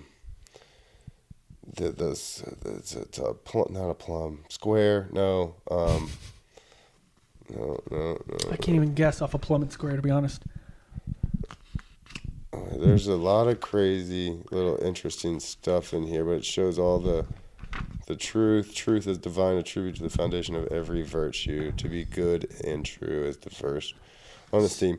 But these guys are the ones that run America and pretty much the world in a way. So what we know is that we know that they have some fucking secrets, and we know that people think they are in guard of fucking The Illuminati. Is that what you're saying? No, I'm saying that we know they have a secret that you don't find out until you're level 30 something, I believe. Yeah, 33rd degree. And for all we know, and what everybody thinks is it's that they guard this covenant thing. Yes, in a way. Okay, so that's gnarly as fuck. Just to know that there's a group of grown ass people that have like a secret, like that's a group I want to be a part of. I want to know. Is it the Ark? Or what if the secret's just like, we don't wear brown on Fridays? That was dumb. I'll think of something funnier. But no, I've actually heard a lot of Masons. Are you a Mason? Can you tell me if you're a Mason? Yeah, I'm pretty sure you can tell. Yeah, because they're in like DC, and they have like their own. They have a huge building in DC. They run the world, literally. The Scottish Rite. Well, then why get in that group? I would love to have an invitation to them, but you have to. Make some phone calls. I'm not the type of person they're going to reach out to. But see, here's another page. Not with that attitude, bro. Tells you about the different symbolisms that you'll see all over the world. The all-seeing eye, the anchor in the ark, the hourglass. All these symbols, if you really go around, you'll find them hitting all over the world. Groups like that. I mean, I guess there's not too many groups that are similar to that, but just like an organized group. Those always interest me. Like the people in the tiny cars and like the Boy Scouts and shit like that. Like I never did them, but it was always just very interesting to me that like there's a group. There's a way you have to be set up for when you're buried. A Mason's buried. I've made up like little groups and clubs with my friends, and we wrote rules out, and it was like, this is fun. That's gonna be dope as shit. Like leaving clues and shit. Just like this is fucking National Treasure, the movie, before it happened. is what they're doing. That's what Nicolas Cage should be after, not the fucking Declaration of Independence. Yeah, this is it's really I would love to be part of it. Let's see, this is from 1968. They were initiated. And they're what, thousands of Right, years Rutherford. old? Jesus Christ. 68. Well, the thing is that they believe it comes from all the way. They do have a date that they all started, but it's a lot of shit comes from and is based around the ancient Egyptians. Actually, you see and find a lot of the same symbolism in ancient Egypt, hieroglyphs and stuff that you find in the Mason shit. But there's a lot to the whole story, and I'm not well enough informed on enough to be able to speak to correctly. What they say and what they do could be two different things when it comes down to conspiracies, and I'm the first one to be they killed Kennedy. Fuck it, let's do it. I believe that was the what's his name, the vice president. What was his? Who was it? It was Mike Pence. He probably did it. Fuck it. Kamala Harris is his name. She's a dirty fucking cop, and fuck anybody that likes that dumb, stupid bitch. She's locked up homies, man. My homies. I got friends that are locked up. And this bitch. Did you see that they fired Biden's administration fired a bunch of staffers for admitting that they smoked pot in their when they were being vetted? Kamala Harris has admitted on tape that she has smoked pot, so she should be fired, right? Fire her dirty cop having ass. Hire me. I put drugs in my butt, but I would do a pretty decent job. You might actually be able to help me with this. I don't like where that. Drugs in my butt. Yeah, I might be able to help you with it. No, I started a joke. I started writing a joke about. Now you want me to put it into your butt. No, so it's about somebody getting basically. All right, here's the premise. So and so got busted not because they were shitty hide and go seeker. Basically, they weren't able to hide something. In fact, someone say this was the kind of person is championship material of hide and go seek. Cop would have never gotten them if it wasn't for their ID and hands that smelled like ass from putting their drugs in their prison pouch. Okay. For a second, I was like, he's about to say something about Anne Frank.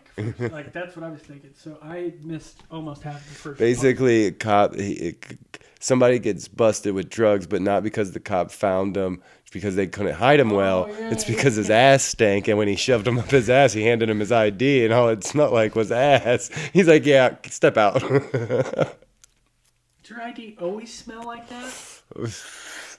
I used to work in a kitchen, and I would sell weed, little bags, whatever.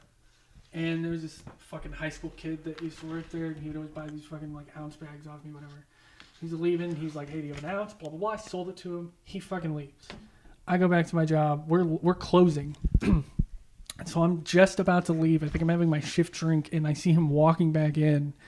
And I'm like, oh, I guess I forgot something. He beeline straight to me. And he's like, dude, I have something to fucking tell you. And I was like, no, you don't. You don't know me because I don't know where this is going. I'm assuming he got pulled over. And it's like, you don't fucking come straight back to me.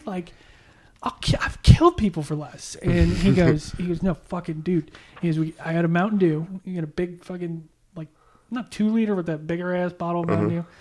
A liter cold. Yeah, kind of. And he's like, and we're driving home. He goes, I get fucking cherries. I get pulled over. And I was like, again, why the fuck are you talking to me right now? Get the fuck out of here.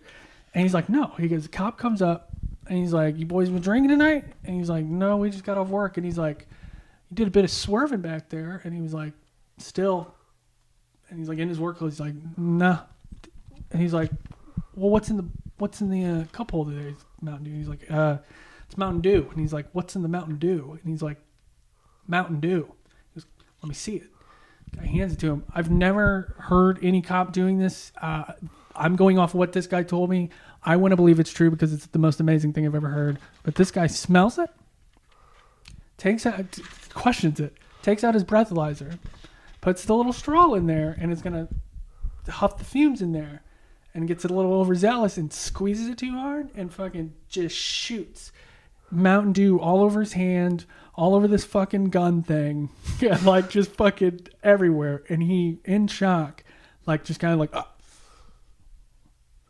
and like hands him his Mountain Dew bag. He's like, well, just go home. Just make it home. Get out of here. And like takes off. And he's like, so I turned the fuck around right in front of this motherfucker. Just like, I ain't going home. I'm about to go tell the world about this motherfucking shit. He's like, and I came straight back here. And I'm like, that again, why the fuck are you here, dude? Like I followed you. Text me that story. Fucking, that's hilarious. I love it. But like, best one I had, I remember getting pulled over, and it's like I think they were waiting on me. It seemed like they were either waiting on me or they were just knew that people were running this stop sign right by my house.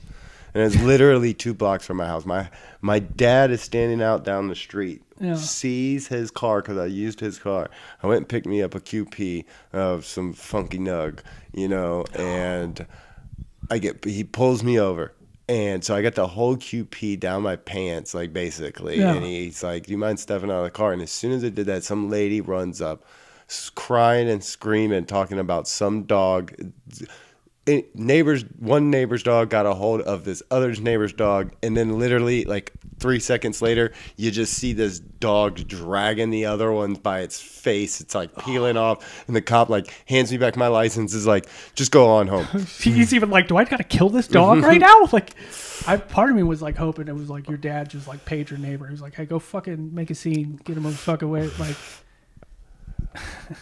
I've had my dad's been my real pops. I remember one time we were letting a friend live at my house, right? And this friend was cool with it, would watch the kids and stayed with our neighbor for a little while. Yeah. And these neighbors stole his information and put their electric bill in their name and didn't pay it and ran up a bill, and they couldn't shut it off during the wintertime because it was too cold for them to bitch ass move. Yeah, dude. So we got all drunk one night and he like tried to set their house on fire, and it got the cops called. Appropriate response, in my opinion. And he ran off. So they leave after everything goes down. They leave, and I'm just like fucking God, sitting there, and I take I got a big bamboo bong that I had made, and I pull it out, and I'm getting ready to take a rip. Why not a bowl? And my pops is like, dude, they're gonna come back. 2 minutes later, cops knocking on the door. I'm like, and there's a big window at the door. Oh. And I like pick it and I put it around the back of the couch. And as he's looking at you, he's just like, I see everything you're doing. Yeah, is like, what he says. So they're like, do you mind if we search the house? Blah, blah, blah, just to make sure he's not here. And I was like, sure, whatever. I forgot I had. Okay, I was like, did you mind that guy just tried to set a house on fire and you're worried about me? Yeah, he's like, well, just let me check, just open up the doors. And I open up the doors, and I forget that I've got just I got like a bong rip grinded up and sitting on my little nightstand. And he sees that. And then he sees the bong. He's like, I seen you put that back. Everyone saw. I don't know if he seen me put the bong back there, in all honesty. I don't know if he was able to, but he did see it coming back. Yeah. And he took the glass piece out of the bamboo and made me throw it on the concrete outside.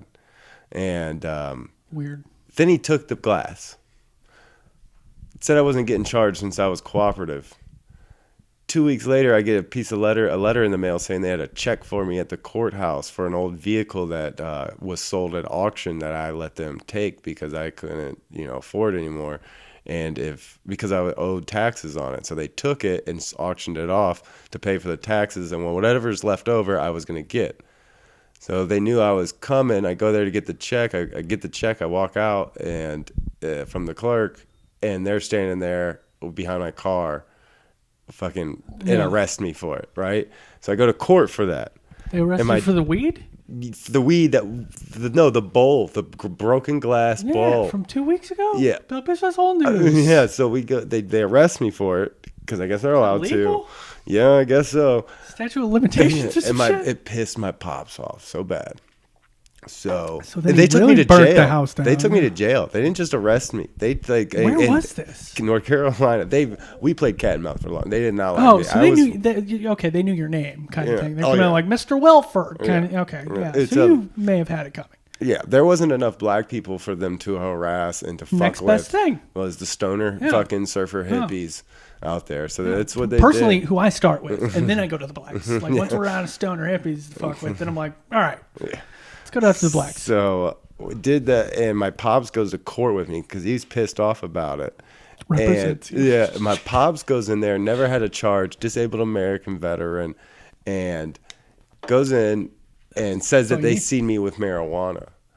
And the cop's like, I had found his bong behind the couch, is what he said. My dad's like, how do you know that was his bong? How do you know? Why did he get arrested for it? And he's like, that could have been my bong. What are you going to hit me with, Judge? He's like, I'm a retired, disabled American veteran, never been arrested a day in my life, and never even had a ticket or a fine. Arrest me. Oh my God, I could And he see. just does this. He's got his nub. They dropped it. This is your black stepfather. No, right? this is my white, Oh, okay. my real biological. Me and him are cool. We're like Sanford and Son too. It's like Great show. When he more first met my stepmom as a kid, I lived out here with my mom as a little kid for a while, West. and I moved back there. But it was gnarly when he was with her because they were never happy. Who is these days? Yeah. I'm But not happy with my wife. Love her to death, but yeah, no, I just wish she would find a boyfriend. a hobby? Fucking pick up golf. No, she has the hobby. I fucked up. That's another joke. I want to figure out how to put together. Like, I made the mistake of fucking brag. I was drunk one night bragging to my wife, if it's built out of hammer with the nails and wood, I can do it. Because she was showing me some Pinterest shit. Oh, now boy. Now I've got an Etsy store that's like a honey-do list is just fucking gnarly. See, I try and get Angel to do shit like that. She's a really good cook, and like I've always been like, dude, just fucking, I'll film it, I'll edit it, I'll cut it. Like we were talking earlier about how it's like when people are doing a how-to YouTube video, and they're like, and this is where I grew up, and it's like, no, get the fucking. She absolutely can't stand cooking videos where it's like, and then you want to take a tetrazzini and put it in there. Tetrazzini, that's Italian. I went to Italy once. And I was like, just do like we'll call it Chef Boyardee's. We'll be fucking, because she's great at being a shitty cook, or a great cook with shitty food. We're going to go to Aldi's every day. You're going to come home. You're going to teach me how to do it. I'm going to feed you some fucking just banger one-liners that you can just fucking filter in. Because they're Bada just bing, so bada boom. easy to write. No, I'm just fucking hilarious.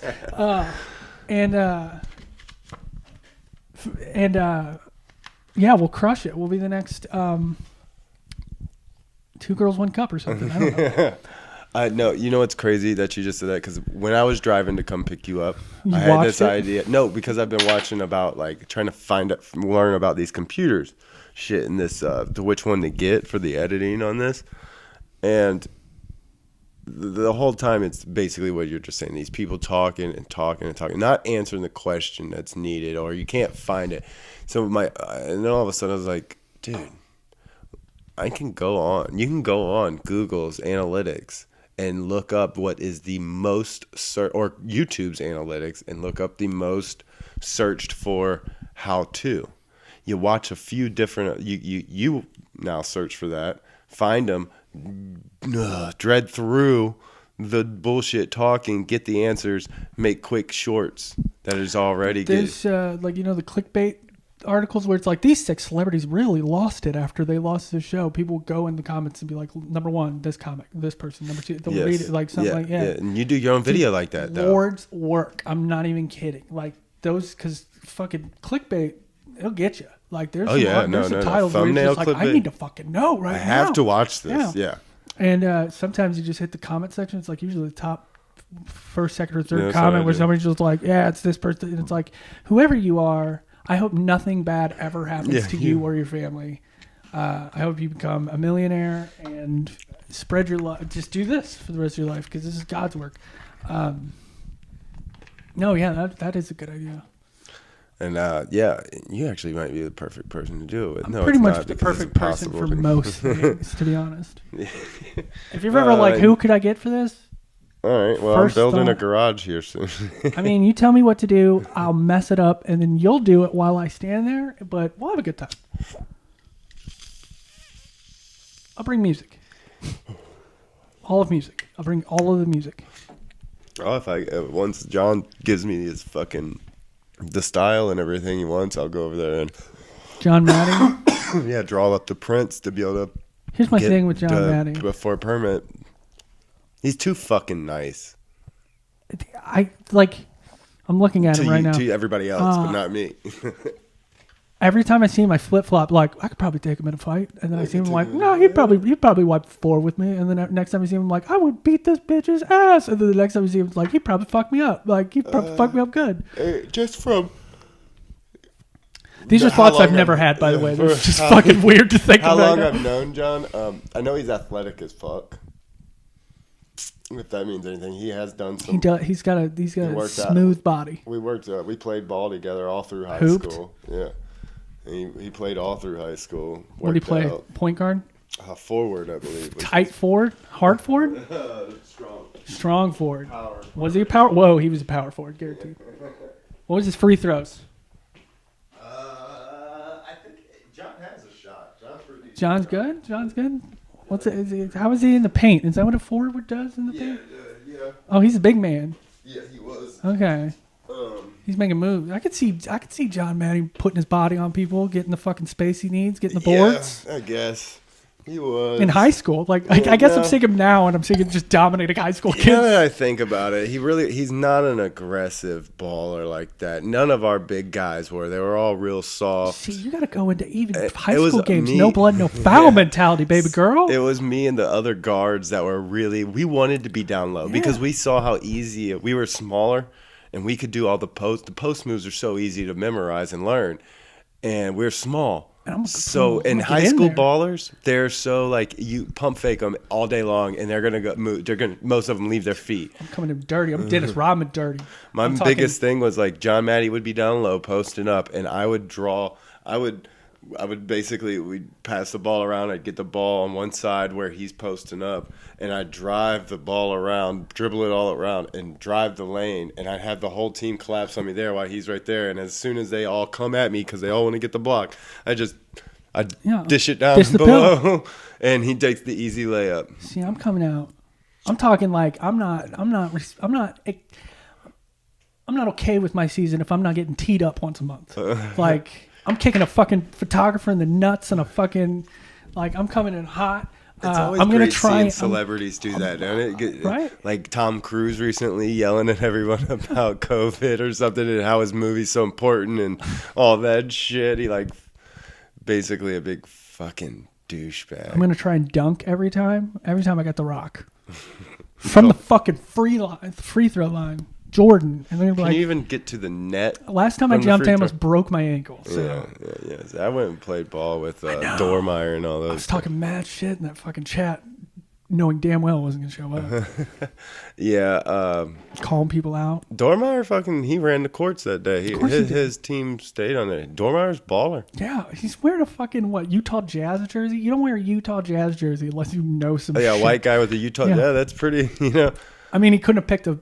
With some white Reeboks and socks up to his shins and a backwards painter's hat. I already think he first time he said white man can't jump, by the way. That's fucking Woody Harrelson. It really is. First time I saw him, he said something about looking Amish, and now I can only see him as Amish.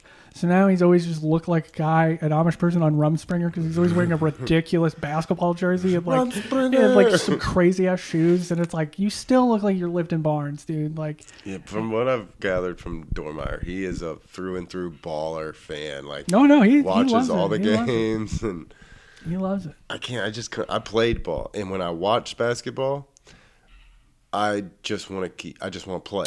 I can't get into it. I never played. I played a little bit with friends and stuff. We had a shit high school team for 1 year. The kid who's in the NFL right now, but he played basketball 1 year because he was just fuck it, I'm going to because I can, and could dunk. And so he was a sophomore, and after that he was just that's it. That's all I wanted to do. And it was just you rode the team to glory, and then you're just 2 more years. You're that's it. And that was cool. We beat a team called fucking Biani or some shit like that. It's this inner city team that's never lost. It's the most exciting thing that's ever happened in my life, and I didn't even know what was going on. It was just fucking, I'm an amazing high school sports fan. When I was in high school, I was fucking just chanting shit. Like, I was hilarious, so I was just chanting great shit too. Like, I was hitting fucking wrestling tournaments. I'd just be hitting dudes with fucking like, you'd think I was writing this shit. And it's like, no, baby girl, top of the dome. I figured out a big thing that me and the guys would do because we come into practice, and they would have the freshman and JV girls volleyball game going on right like after school.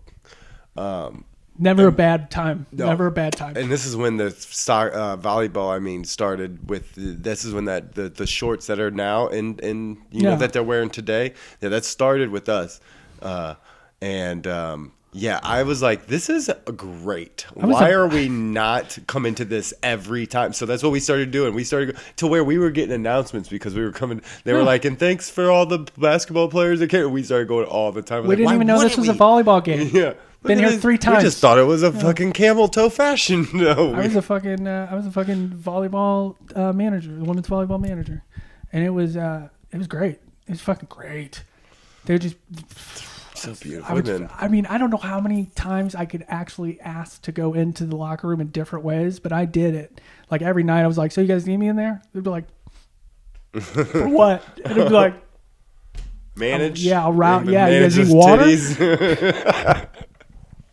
I'll do your laundry. Just throw it at my face, like as hard as you can. God damn your thighs. Dude.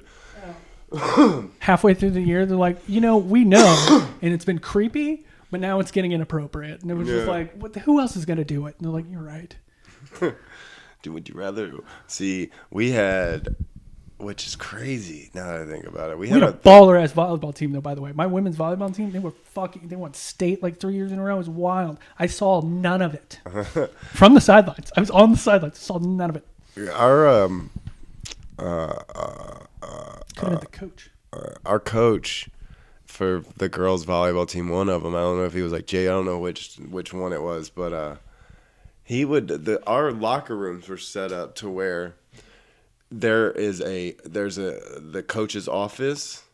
The girls' coach's office is connected to, has a big window. So you can see right through. So you can see right through. And they just porkied themselves. And the coach, one of the coaches was a guy. I remember he was this tall, bald dude.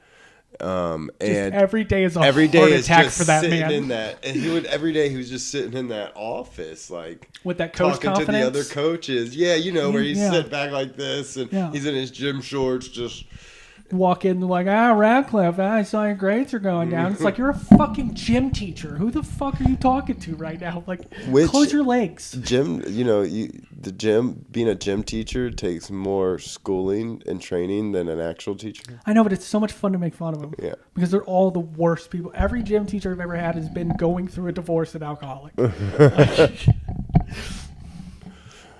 And fucking one of the other teachers. Probably.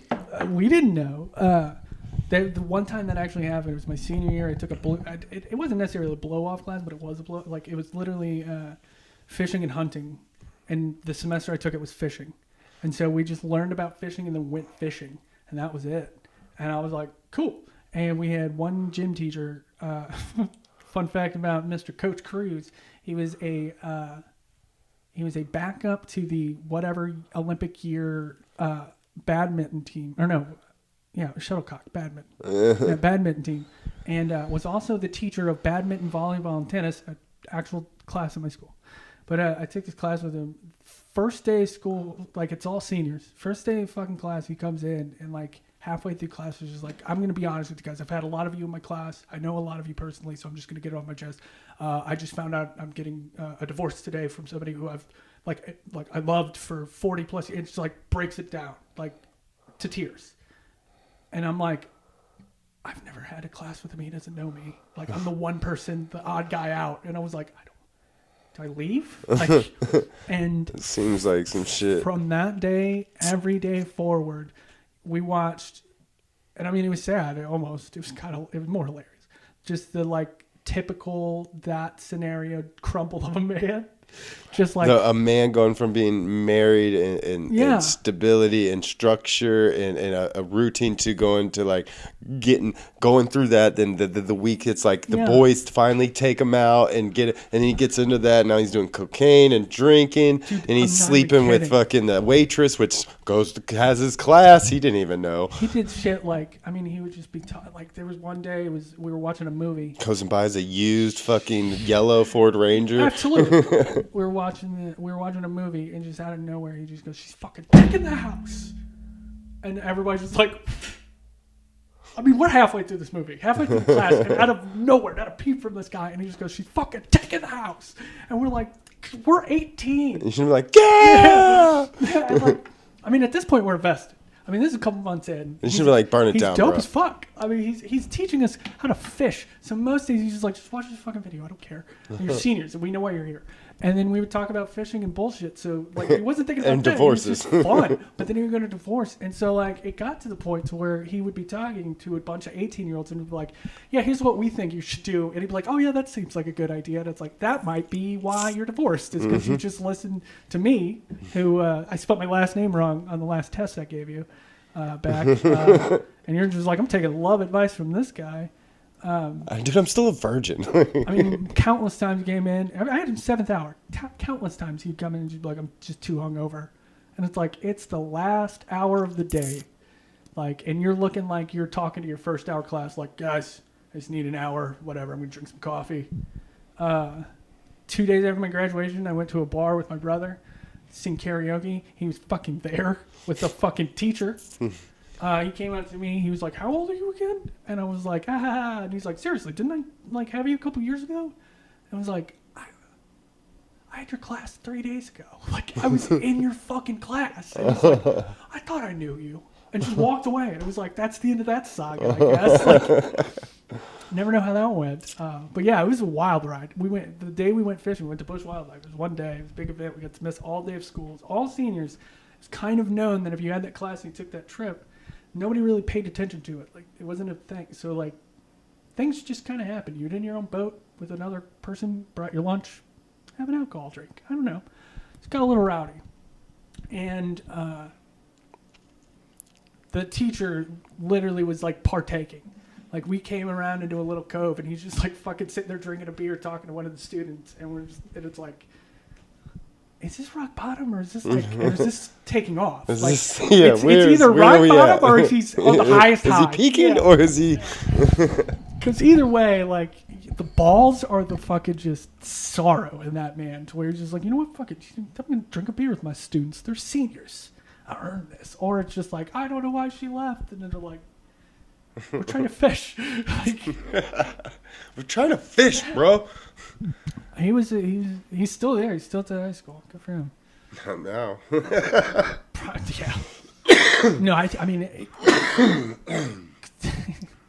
I ended up taking, because the next semester I had him again, and I had him at the same time at volleyball, badminton, and tennis.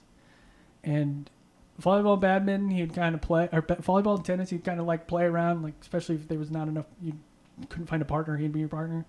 When it came to badminton, he would just be like, "Nope, you can't play me until you fucking earned it." And it was like Fight Club. Like, he would set up the rings, and everybody would walk out and be like, "All right, Johnson, Ratcliff, court 1.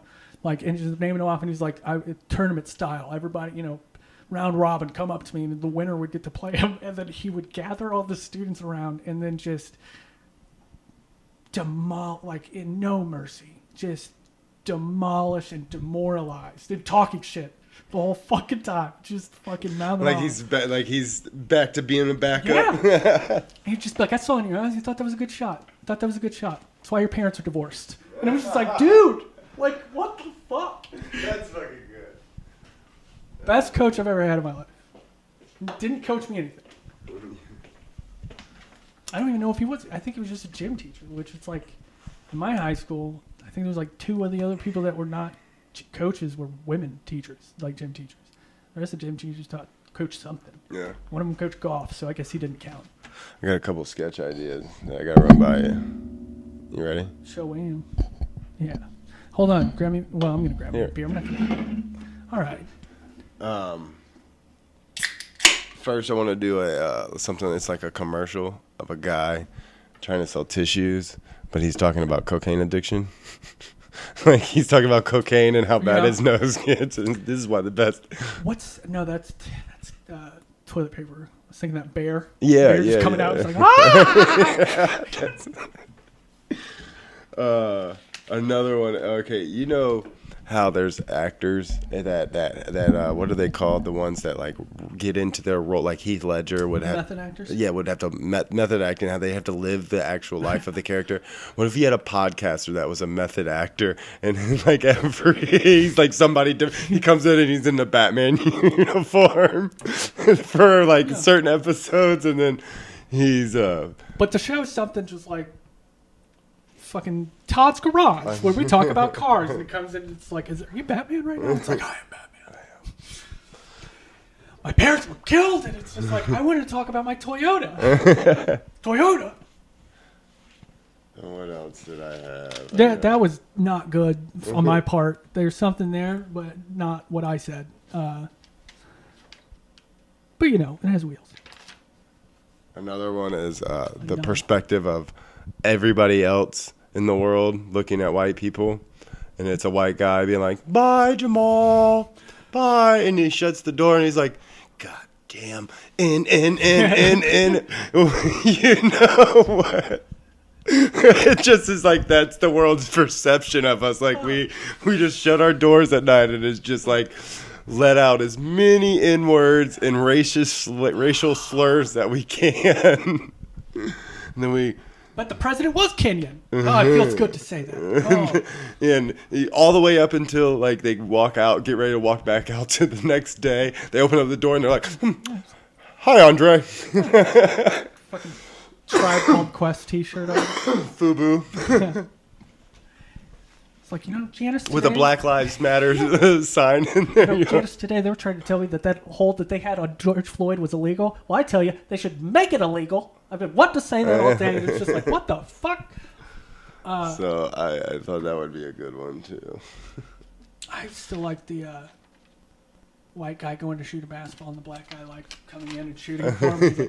It's like going to apply for a house, and it's like... Yes, it's... Cops come, and he's, like, driving, and a white guy and just, like, comes out from the back, and he's like, "Hey, get in the back." It's like, hands with his license, they're all just laughing in the next station. It's like, it's easier to do that for whites against blacks than it is blacks against whites, to be honest. Black people fucking know how to dance, sing, yeah, cook, chicken. That's another one. Cook. Cooking. Going to a dice game. Just being cool. I wish I knew how to play dice. I feel like that's part of the code. Like, once you know how to play dice, it's like, oh, you're cool. Throw in fucking Sims. spades. I know how to play spades. There's a spade tournament coming up. I think it was tonight, actually. Last time I played spades, I played at a place called Jail? B-Side. Oh, sorry. Mine. It's like the step up from jail. It's a bar called B-Side on Cherokee. On your way to jail. Yeah, yeah. You left there to go to jail. And it was me, my roommate Paige was fucking hippie. I get offended sometimes when people are like, "This hippie," and I was like, "No, I'm the only hippie you know." God.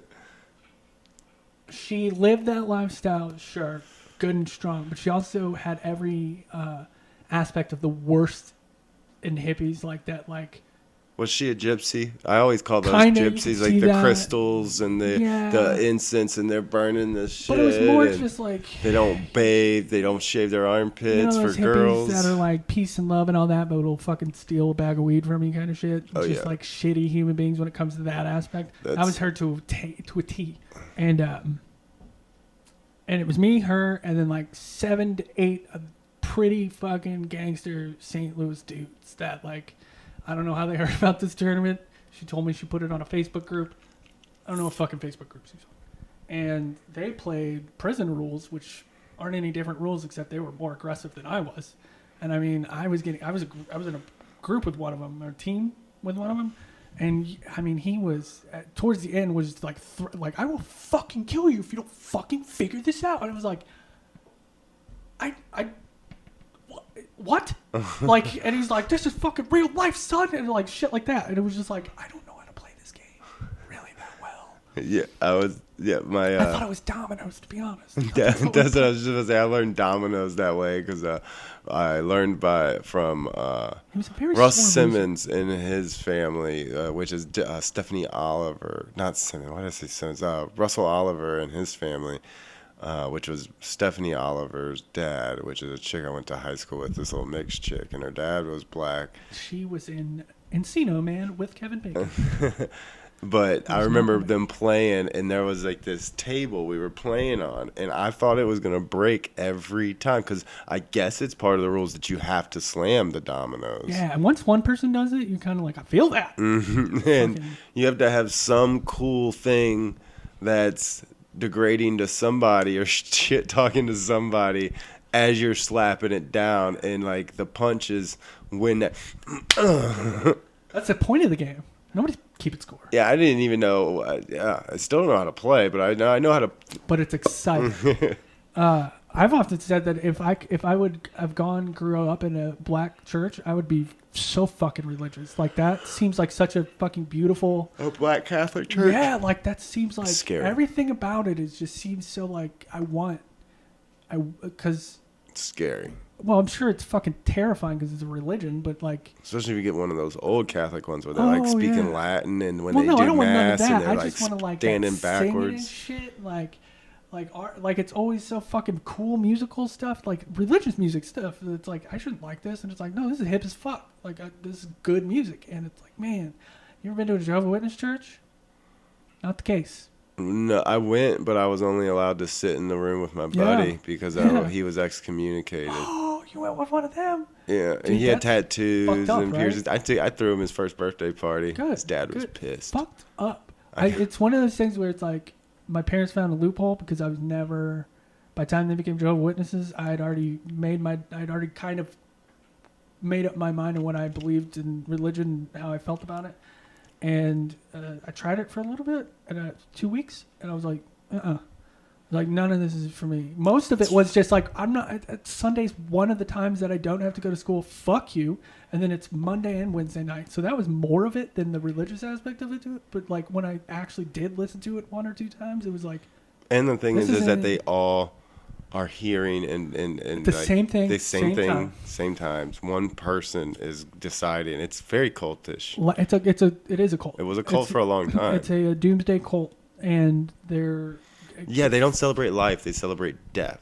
Yeah, and like And only a certain amount of them are getting in. it's 230,000, I think. And how many of those 230,000 claim to be the anointed ones that speak with them? They're That's just crazy people that are talking to themselves. That's the anointed ones. Is that number? After that, you ain't going to heaven. You staying here. I mean, granted, what they say is going to happen doesn't Yeah, but sound there was bad. a special one that they had. Yeah, It was this one guy that talked to himself all the time, but he was supposedly was able to talk to God. Well, so that announced one I- that announced. So whenever tonight, actually, oddly enough, tonight is when this happens. My mom actually asked me to go. And it's the day Jesus died in the Bible, I guess. It's tonight. So they don't do Easter. They do a service tonight. Whenever the only time they pass around the bread and the wine is tonight. No one drinks out of it unless you know. Yeah. And it's like, how the fuck do you know? And it's like, that's a serious question I've always had. And they're like, you just know. And I'm like, fuck all the fact that I think that people that say they know are either bullshitting you or fucking insane. But also, like, what if, like, like, what the fuck type of person feel like? It's such an interesting topic to be able to and being what kind of arrogance and being so close to it in a light. I very see it in a positive light because I see it as my parents are very happy. I have an amazing relationship with my parents. I don't like we just they're very very family. Yeah, that was one thing about them. They were all homeschooled. Yeah. That was And there's not as many I know that are homeschooled, but I have heard of some being homeschooled. Those are fucking weirdos. Yeah, they were. I knew one out here, Angelina Romano, I think was her name. Yeah. Yeah, Angelina Romano. Probably she had knows my a parents. big birthmark across her thing, and some guys talked shit about it, and I was like, It's kind of hot because she got No, kinda yeah, that hot. does kinda sound hot. Yeah. In fact, she's religious, kind of hot too. And she gave me the first. I was interested in what she was studying because she would always have to leave the class for The national anthem and shit. for like Christmas parties and Oh, stuff dude, like. that's my sister had to do that, and like I feel so fucked. It's like that's just let him sit there in the back. Like, don't fucking make it obvious to where they're just gonna get shit Yeah, on. the ones that I was close with, they had a baby, and the state had to take custody from them, basically, power of the baby, because the parents, they don't believe in the blood transfusion and my all that. sister and has a card in her wallet that says if she's. I told her if I was ever in an accident and she was incapacitated and I was there, I was gonna take that card out of her wallet. My mom's like, that's. Blah, blah. It's like it's not a sin for her because she didn't know what's happening. Yeah. I was like, so if it happens, she didn't know what's happening. It's not a sin. I've sinned enough. She doesn't die. Ipso facto, I don't, as a brother, respect her religion and watch her die. Yeah. So, birthdays was weird. Not because I didn't have like it was practiced in the house, but like I didn't have to fucking go. I wasn't. It's brought up every now and again. It's always going to be brought up. My mom's always going to try, but it's very weak. And usually met with a laugh or two.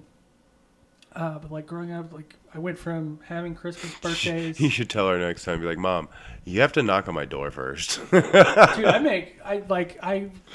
they make jokes now to where they're just like, you gonna come drink the Kool-Aid? And it's like, no, I'm not gonna fucking drink your Kool-Aid. Get the fuck out of here.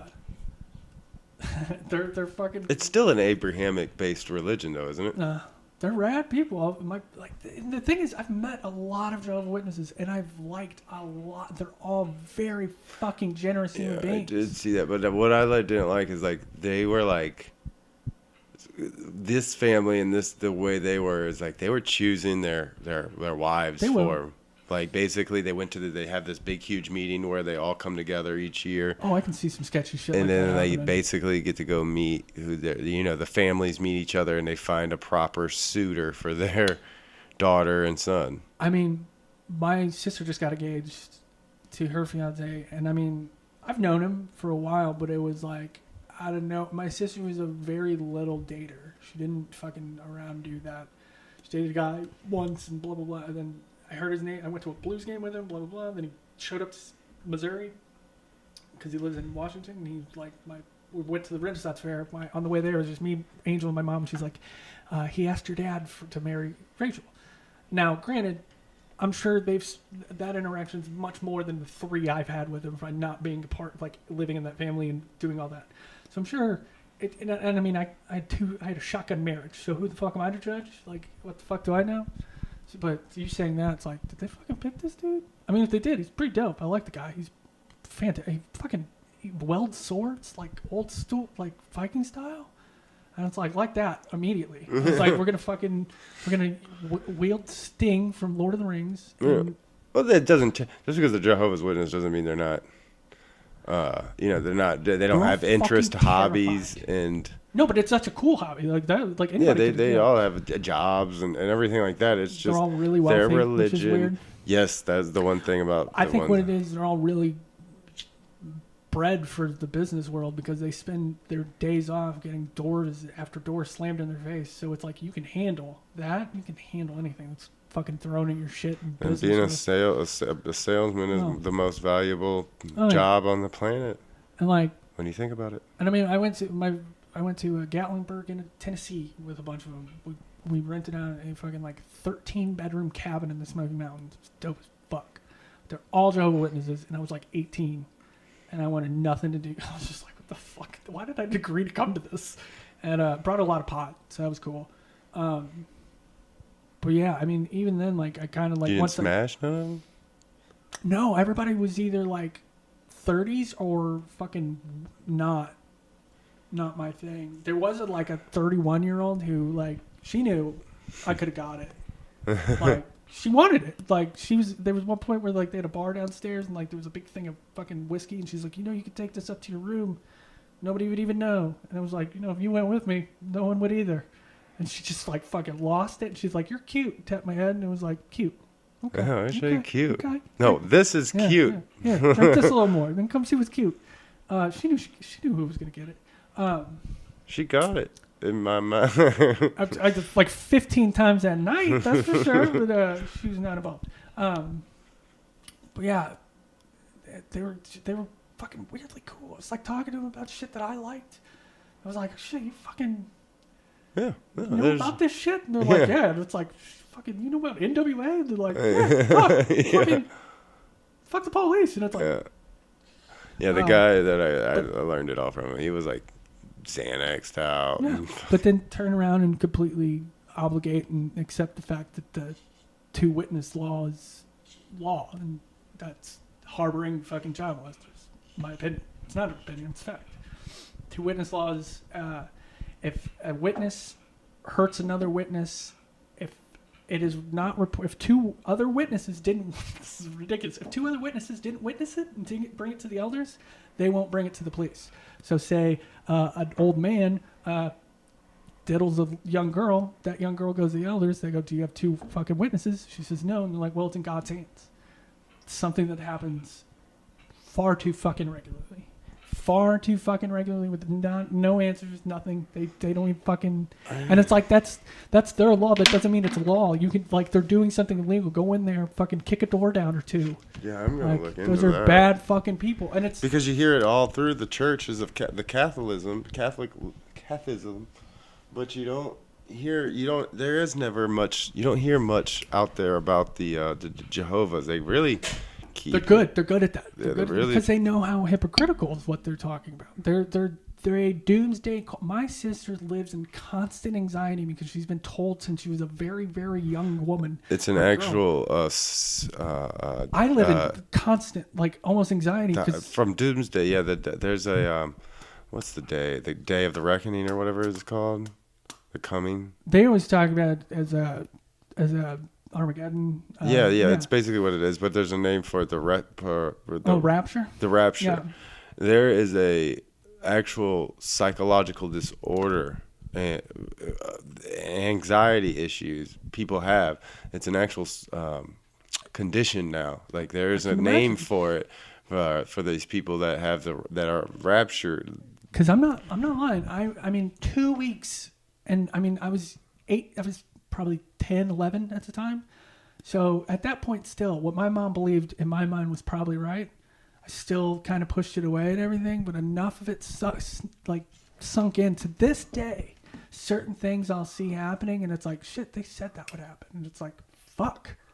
Like what? So their big thing is you're going to start seeing a lot more natural disasters. Well, yeah, of course we are, because everything's filmed now. Like everything's going to be seen more. And then they're going to say like the separation of church and state. And like, because obviously there's no separation of church and state right now. At some point, the church is going to, or the state is going to denounce the church, and it's going to cause it fucking nonsense. I don't think we'll see that. I don't either. But there's been times Christians where I'm like, are too we're getting crazy. close. Then one thing I feel like they're doing to themselves with this self-fulfilling prophecy is that when it gets to the end, people are just going to start persecuting Jehovah's Witnesses. Like, they don't say like the Jews, but like they imply that it's going to be this all out. People hate them, but it's like now a lot of people are hearing about them being fucking the new fucking church of child molesters. But it's like the Catholic Church made it through it. You'll make it through it too. You're fine. And it's clear the Catholic Church has got a lot more money than the Jehovah's Witness. But it's clear in the Jehovah's Witness case, because I've looked a lot into this. It's clear in the Jehovah's Witness cases that it's not necessarily this chain of people. It's more opportunistic people that see this and hear about it and then, oh, that's there kind of thing.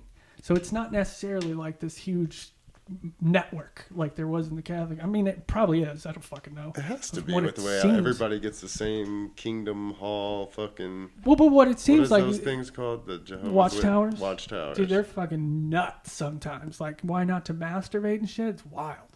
Wildly fucking inaccurate, too. Like, I'm pretty sex positive and was always interested in stuff like that. Know way too much about that kind of shit.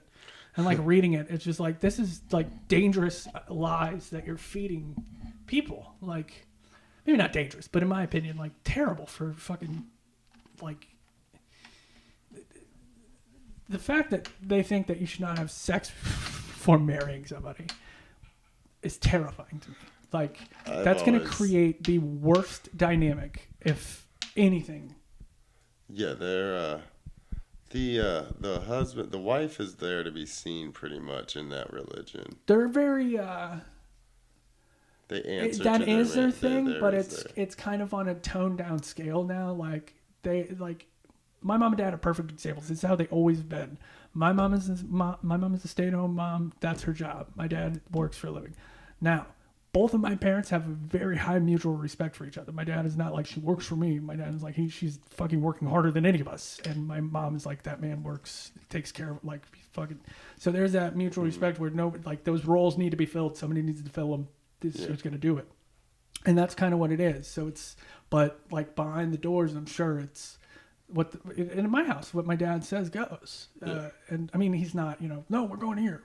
Most of the time, if my mom's like, well, we should do this, he's like, all right. Like, kind of thing. Yeah. And that's a fucking smart man, but like a pushover smart man. He wasn't a Jehovah's Witness for like 13 years. Randomly one day he started going. And part of me was just like, you put up a fucking fight for 13. I know my mother. That bitch can get in your ear. And if she's petty, she'll go for as long as she needs to go until 3 days. She'll be sitting there just shit talking you if she wanted to. 13 years. And now he's Jehovah's Witness. Now they're the happiest I've ever seen them. And I think my dad kind of was just like, I could just have to show up every now and again. Fuck it, whatever. Yeah. Yeah. Now my wife drinks. Oh, fuck yeah. Yeah, me and my old lady got it set up kind of that way. Like she pretty much takes care of the upstairs of the house. Does a lot of the cooking now that I've taught her. No, I'm kidding. She's learned. She's become a great cook. I deal with all the outside stuff. All the stuff that has to do with the outside, the driveway when it snows, the grass, the trash, just all of that. And then we both work. So it's... This is the way I look and at she's it. had to pick up the slack when work was slow. So... Yeah. This is the way I look at it. And my favorite writer talks about this. His name's Sebastian Junger. It's... take the word gender out of gender roles. Those roles need to be filled. In the time of especially he writes about fucking wars and shit. He's like, at the time of like fucking combat, when it's just you and the people next to you, there needs to be somebody like, get up, it's time to be tough, like blah blah blah. And there needs to be somebody who needs to be like, hey, it's okay. It doesn't matter who the fuck it is. Somebody needs to fill that role. It just so happens males tend to be able to fit that rah like kind of shit, and females tend to fit that role a little better. It doesn't mean that's the only thing they can do. That's stupid to think that way, but it's like those roles need to be filled, especially in those times. Like, that needs to happen. So, I mean, if you don't think it needs to happen, look at your fucking two political parties. It's the same exact thing. It's gender roles. And if one disappears, we're fucked, no matter which one. I mean, both need to be there. I mean, probably Both need to disappear. Probably need to fucking slow down a little bit, but like, I think they need to be deconstructed. To be going where we're at now, like to be, whatever. Like, they both need to be there, and there needs to be. Well, but the way I'm saying it is like, if there was the mutual respect that needs to be there needs to be like, we may disagree, but we both need you. That might fucking. It wouldn't be as bad, but it wouldn't be as bad, but it's never gonna happen again. Yeah, and it's like there was like a huge story about when the miners got trapped. Like, there was one specific one of the miners that was just like, "You're fine, fucking, you're tough, you're a miner, blah blah blah." And there was another guy that was like, "Hey man, I know we're all fucking scared," kind of thing. And without those dynamics, some of those people could have fucking lost it and died because they were down there for a while. And it's like, so when I look at it, it's like, I look at my mom as a housewife, and I look at my mom as a stay-at-home mom, and whenever I say that, people are like, "Oh, don't disrespect your mother." And I'm like, you think that's disrespect? My mom is a non-stop moving and working. Like, there's no disrespect to her at all. It's the highest honor, in my opinion, is to do that for so selfishly for fucking 5 shitty fucking kids. Yeah. One of them to grow up to be me. Yeah. Give him everything, and this is what he turns out. Yeah. Fuck that. Yeah, I always watched my mom and stepdad always worked, and it was always, that it would have been nice to see that kind of household. And I see that a lot, and that's the kind of household I'm hoping to have eventually. Like I'm hopefully be making enough money to, by the time we have kids, decide, actually have a kid. Yeah.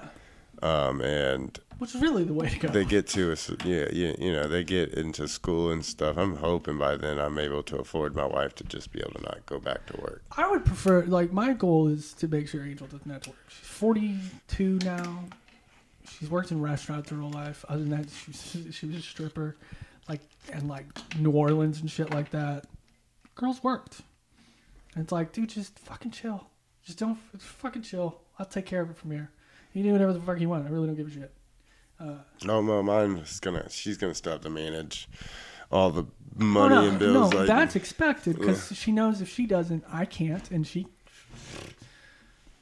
if anything, I'll just be like, I'm gonna hire her as my manager. Fucking put her on my payroll. Yeah, that's famous. Pretty much. Jules has become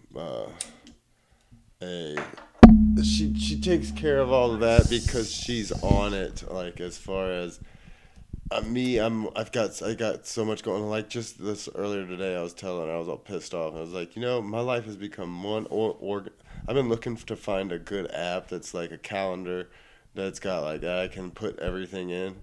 And all the events, and then Jules can get on it anytime to see if something's going on that day. And also, I want it to be able to send a link or something to people with the dates that are available for them to pick and to schedule for the podcast and everything. Damn it. Fucking that mic up, son. I don't know anything about Apple products. I don't know at all. There is for a fact. And I want it to be easily to be able to use. I just want it to be the calendar, and I want to be able to push the date, fill in what I needed to fill in, and boom. And then if it's got something on there, it's not, you can't you can't book it. But I think there's a Google thing. I'm gonna pee my pants. PBR, man. PBR. Yeah. We're good. We got shit.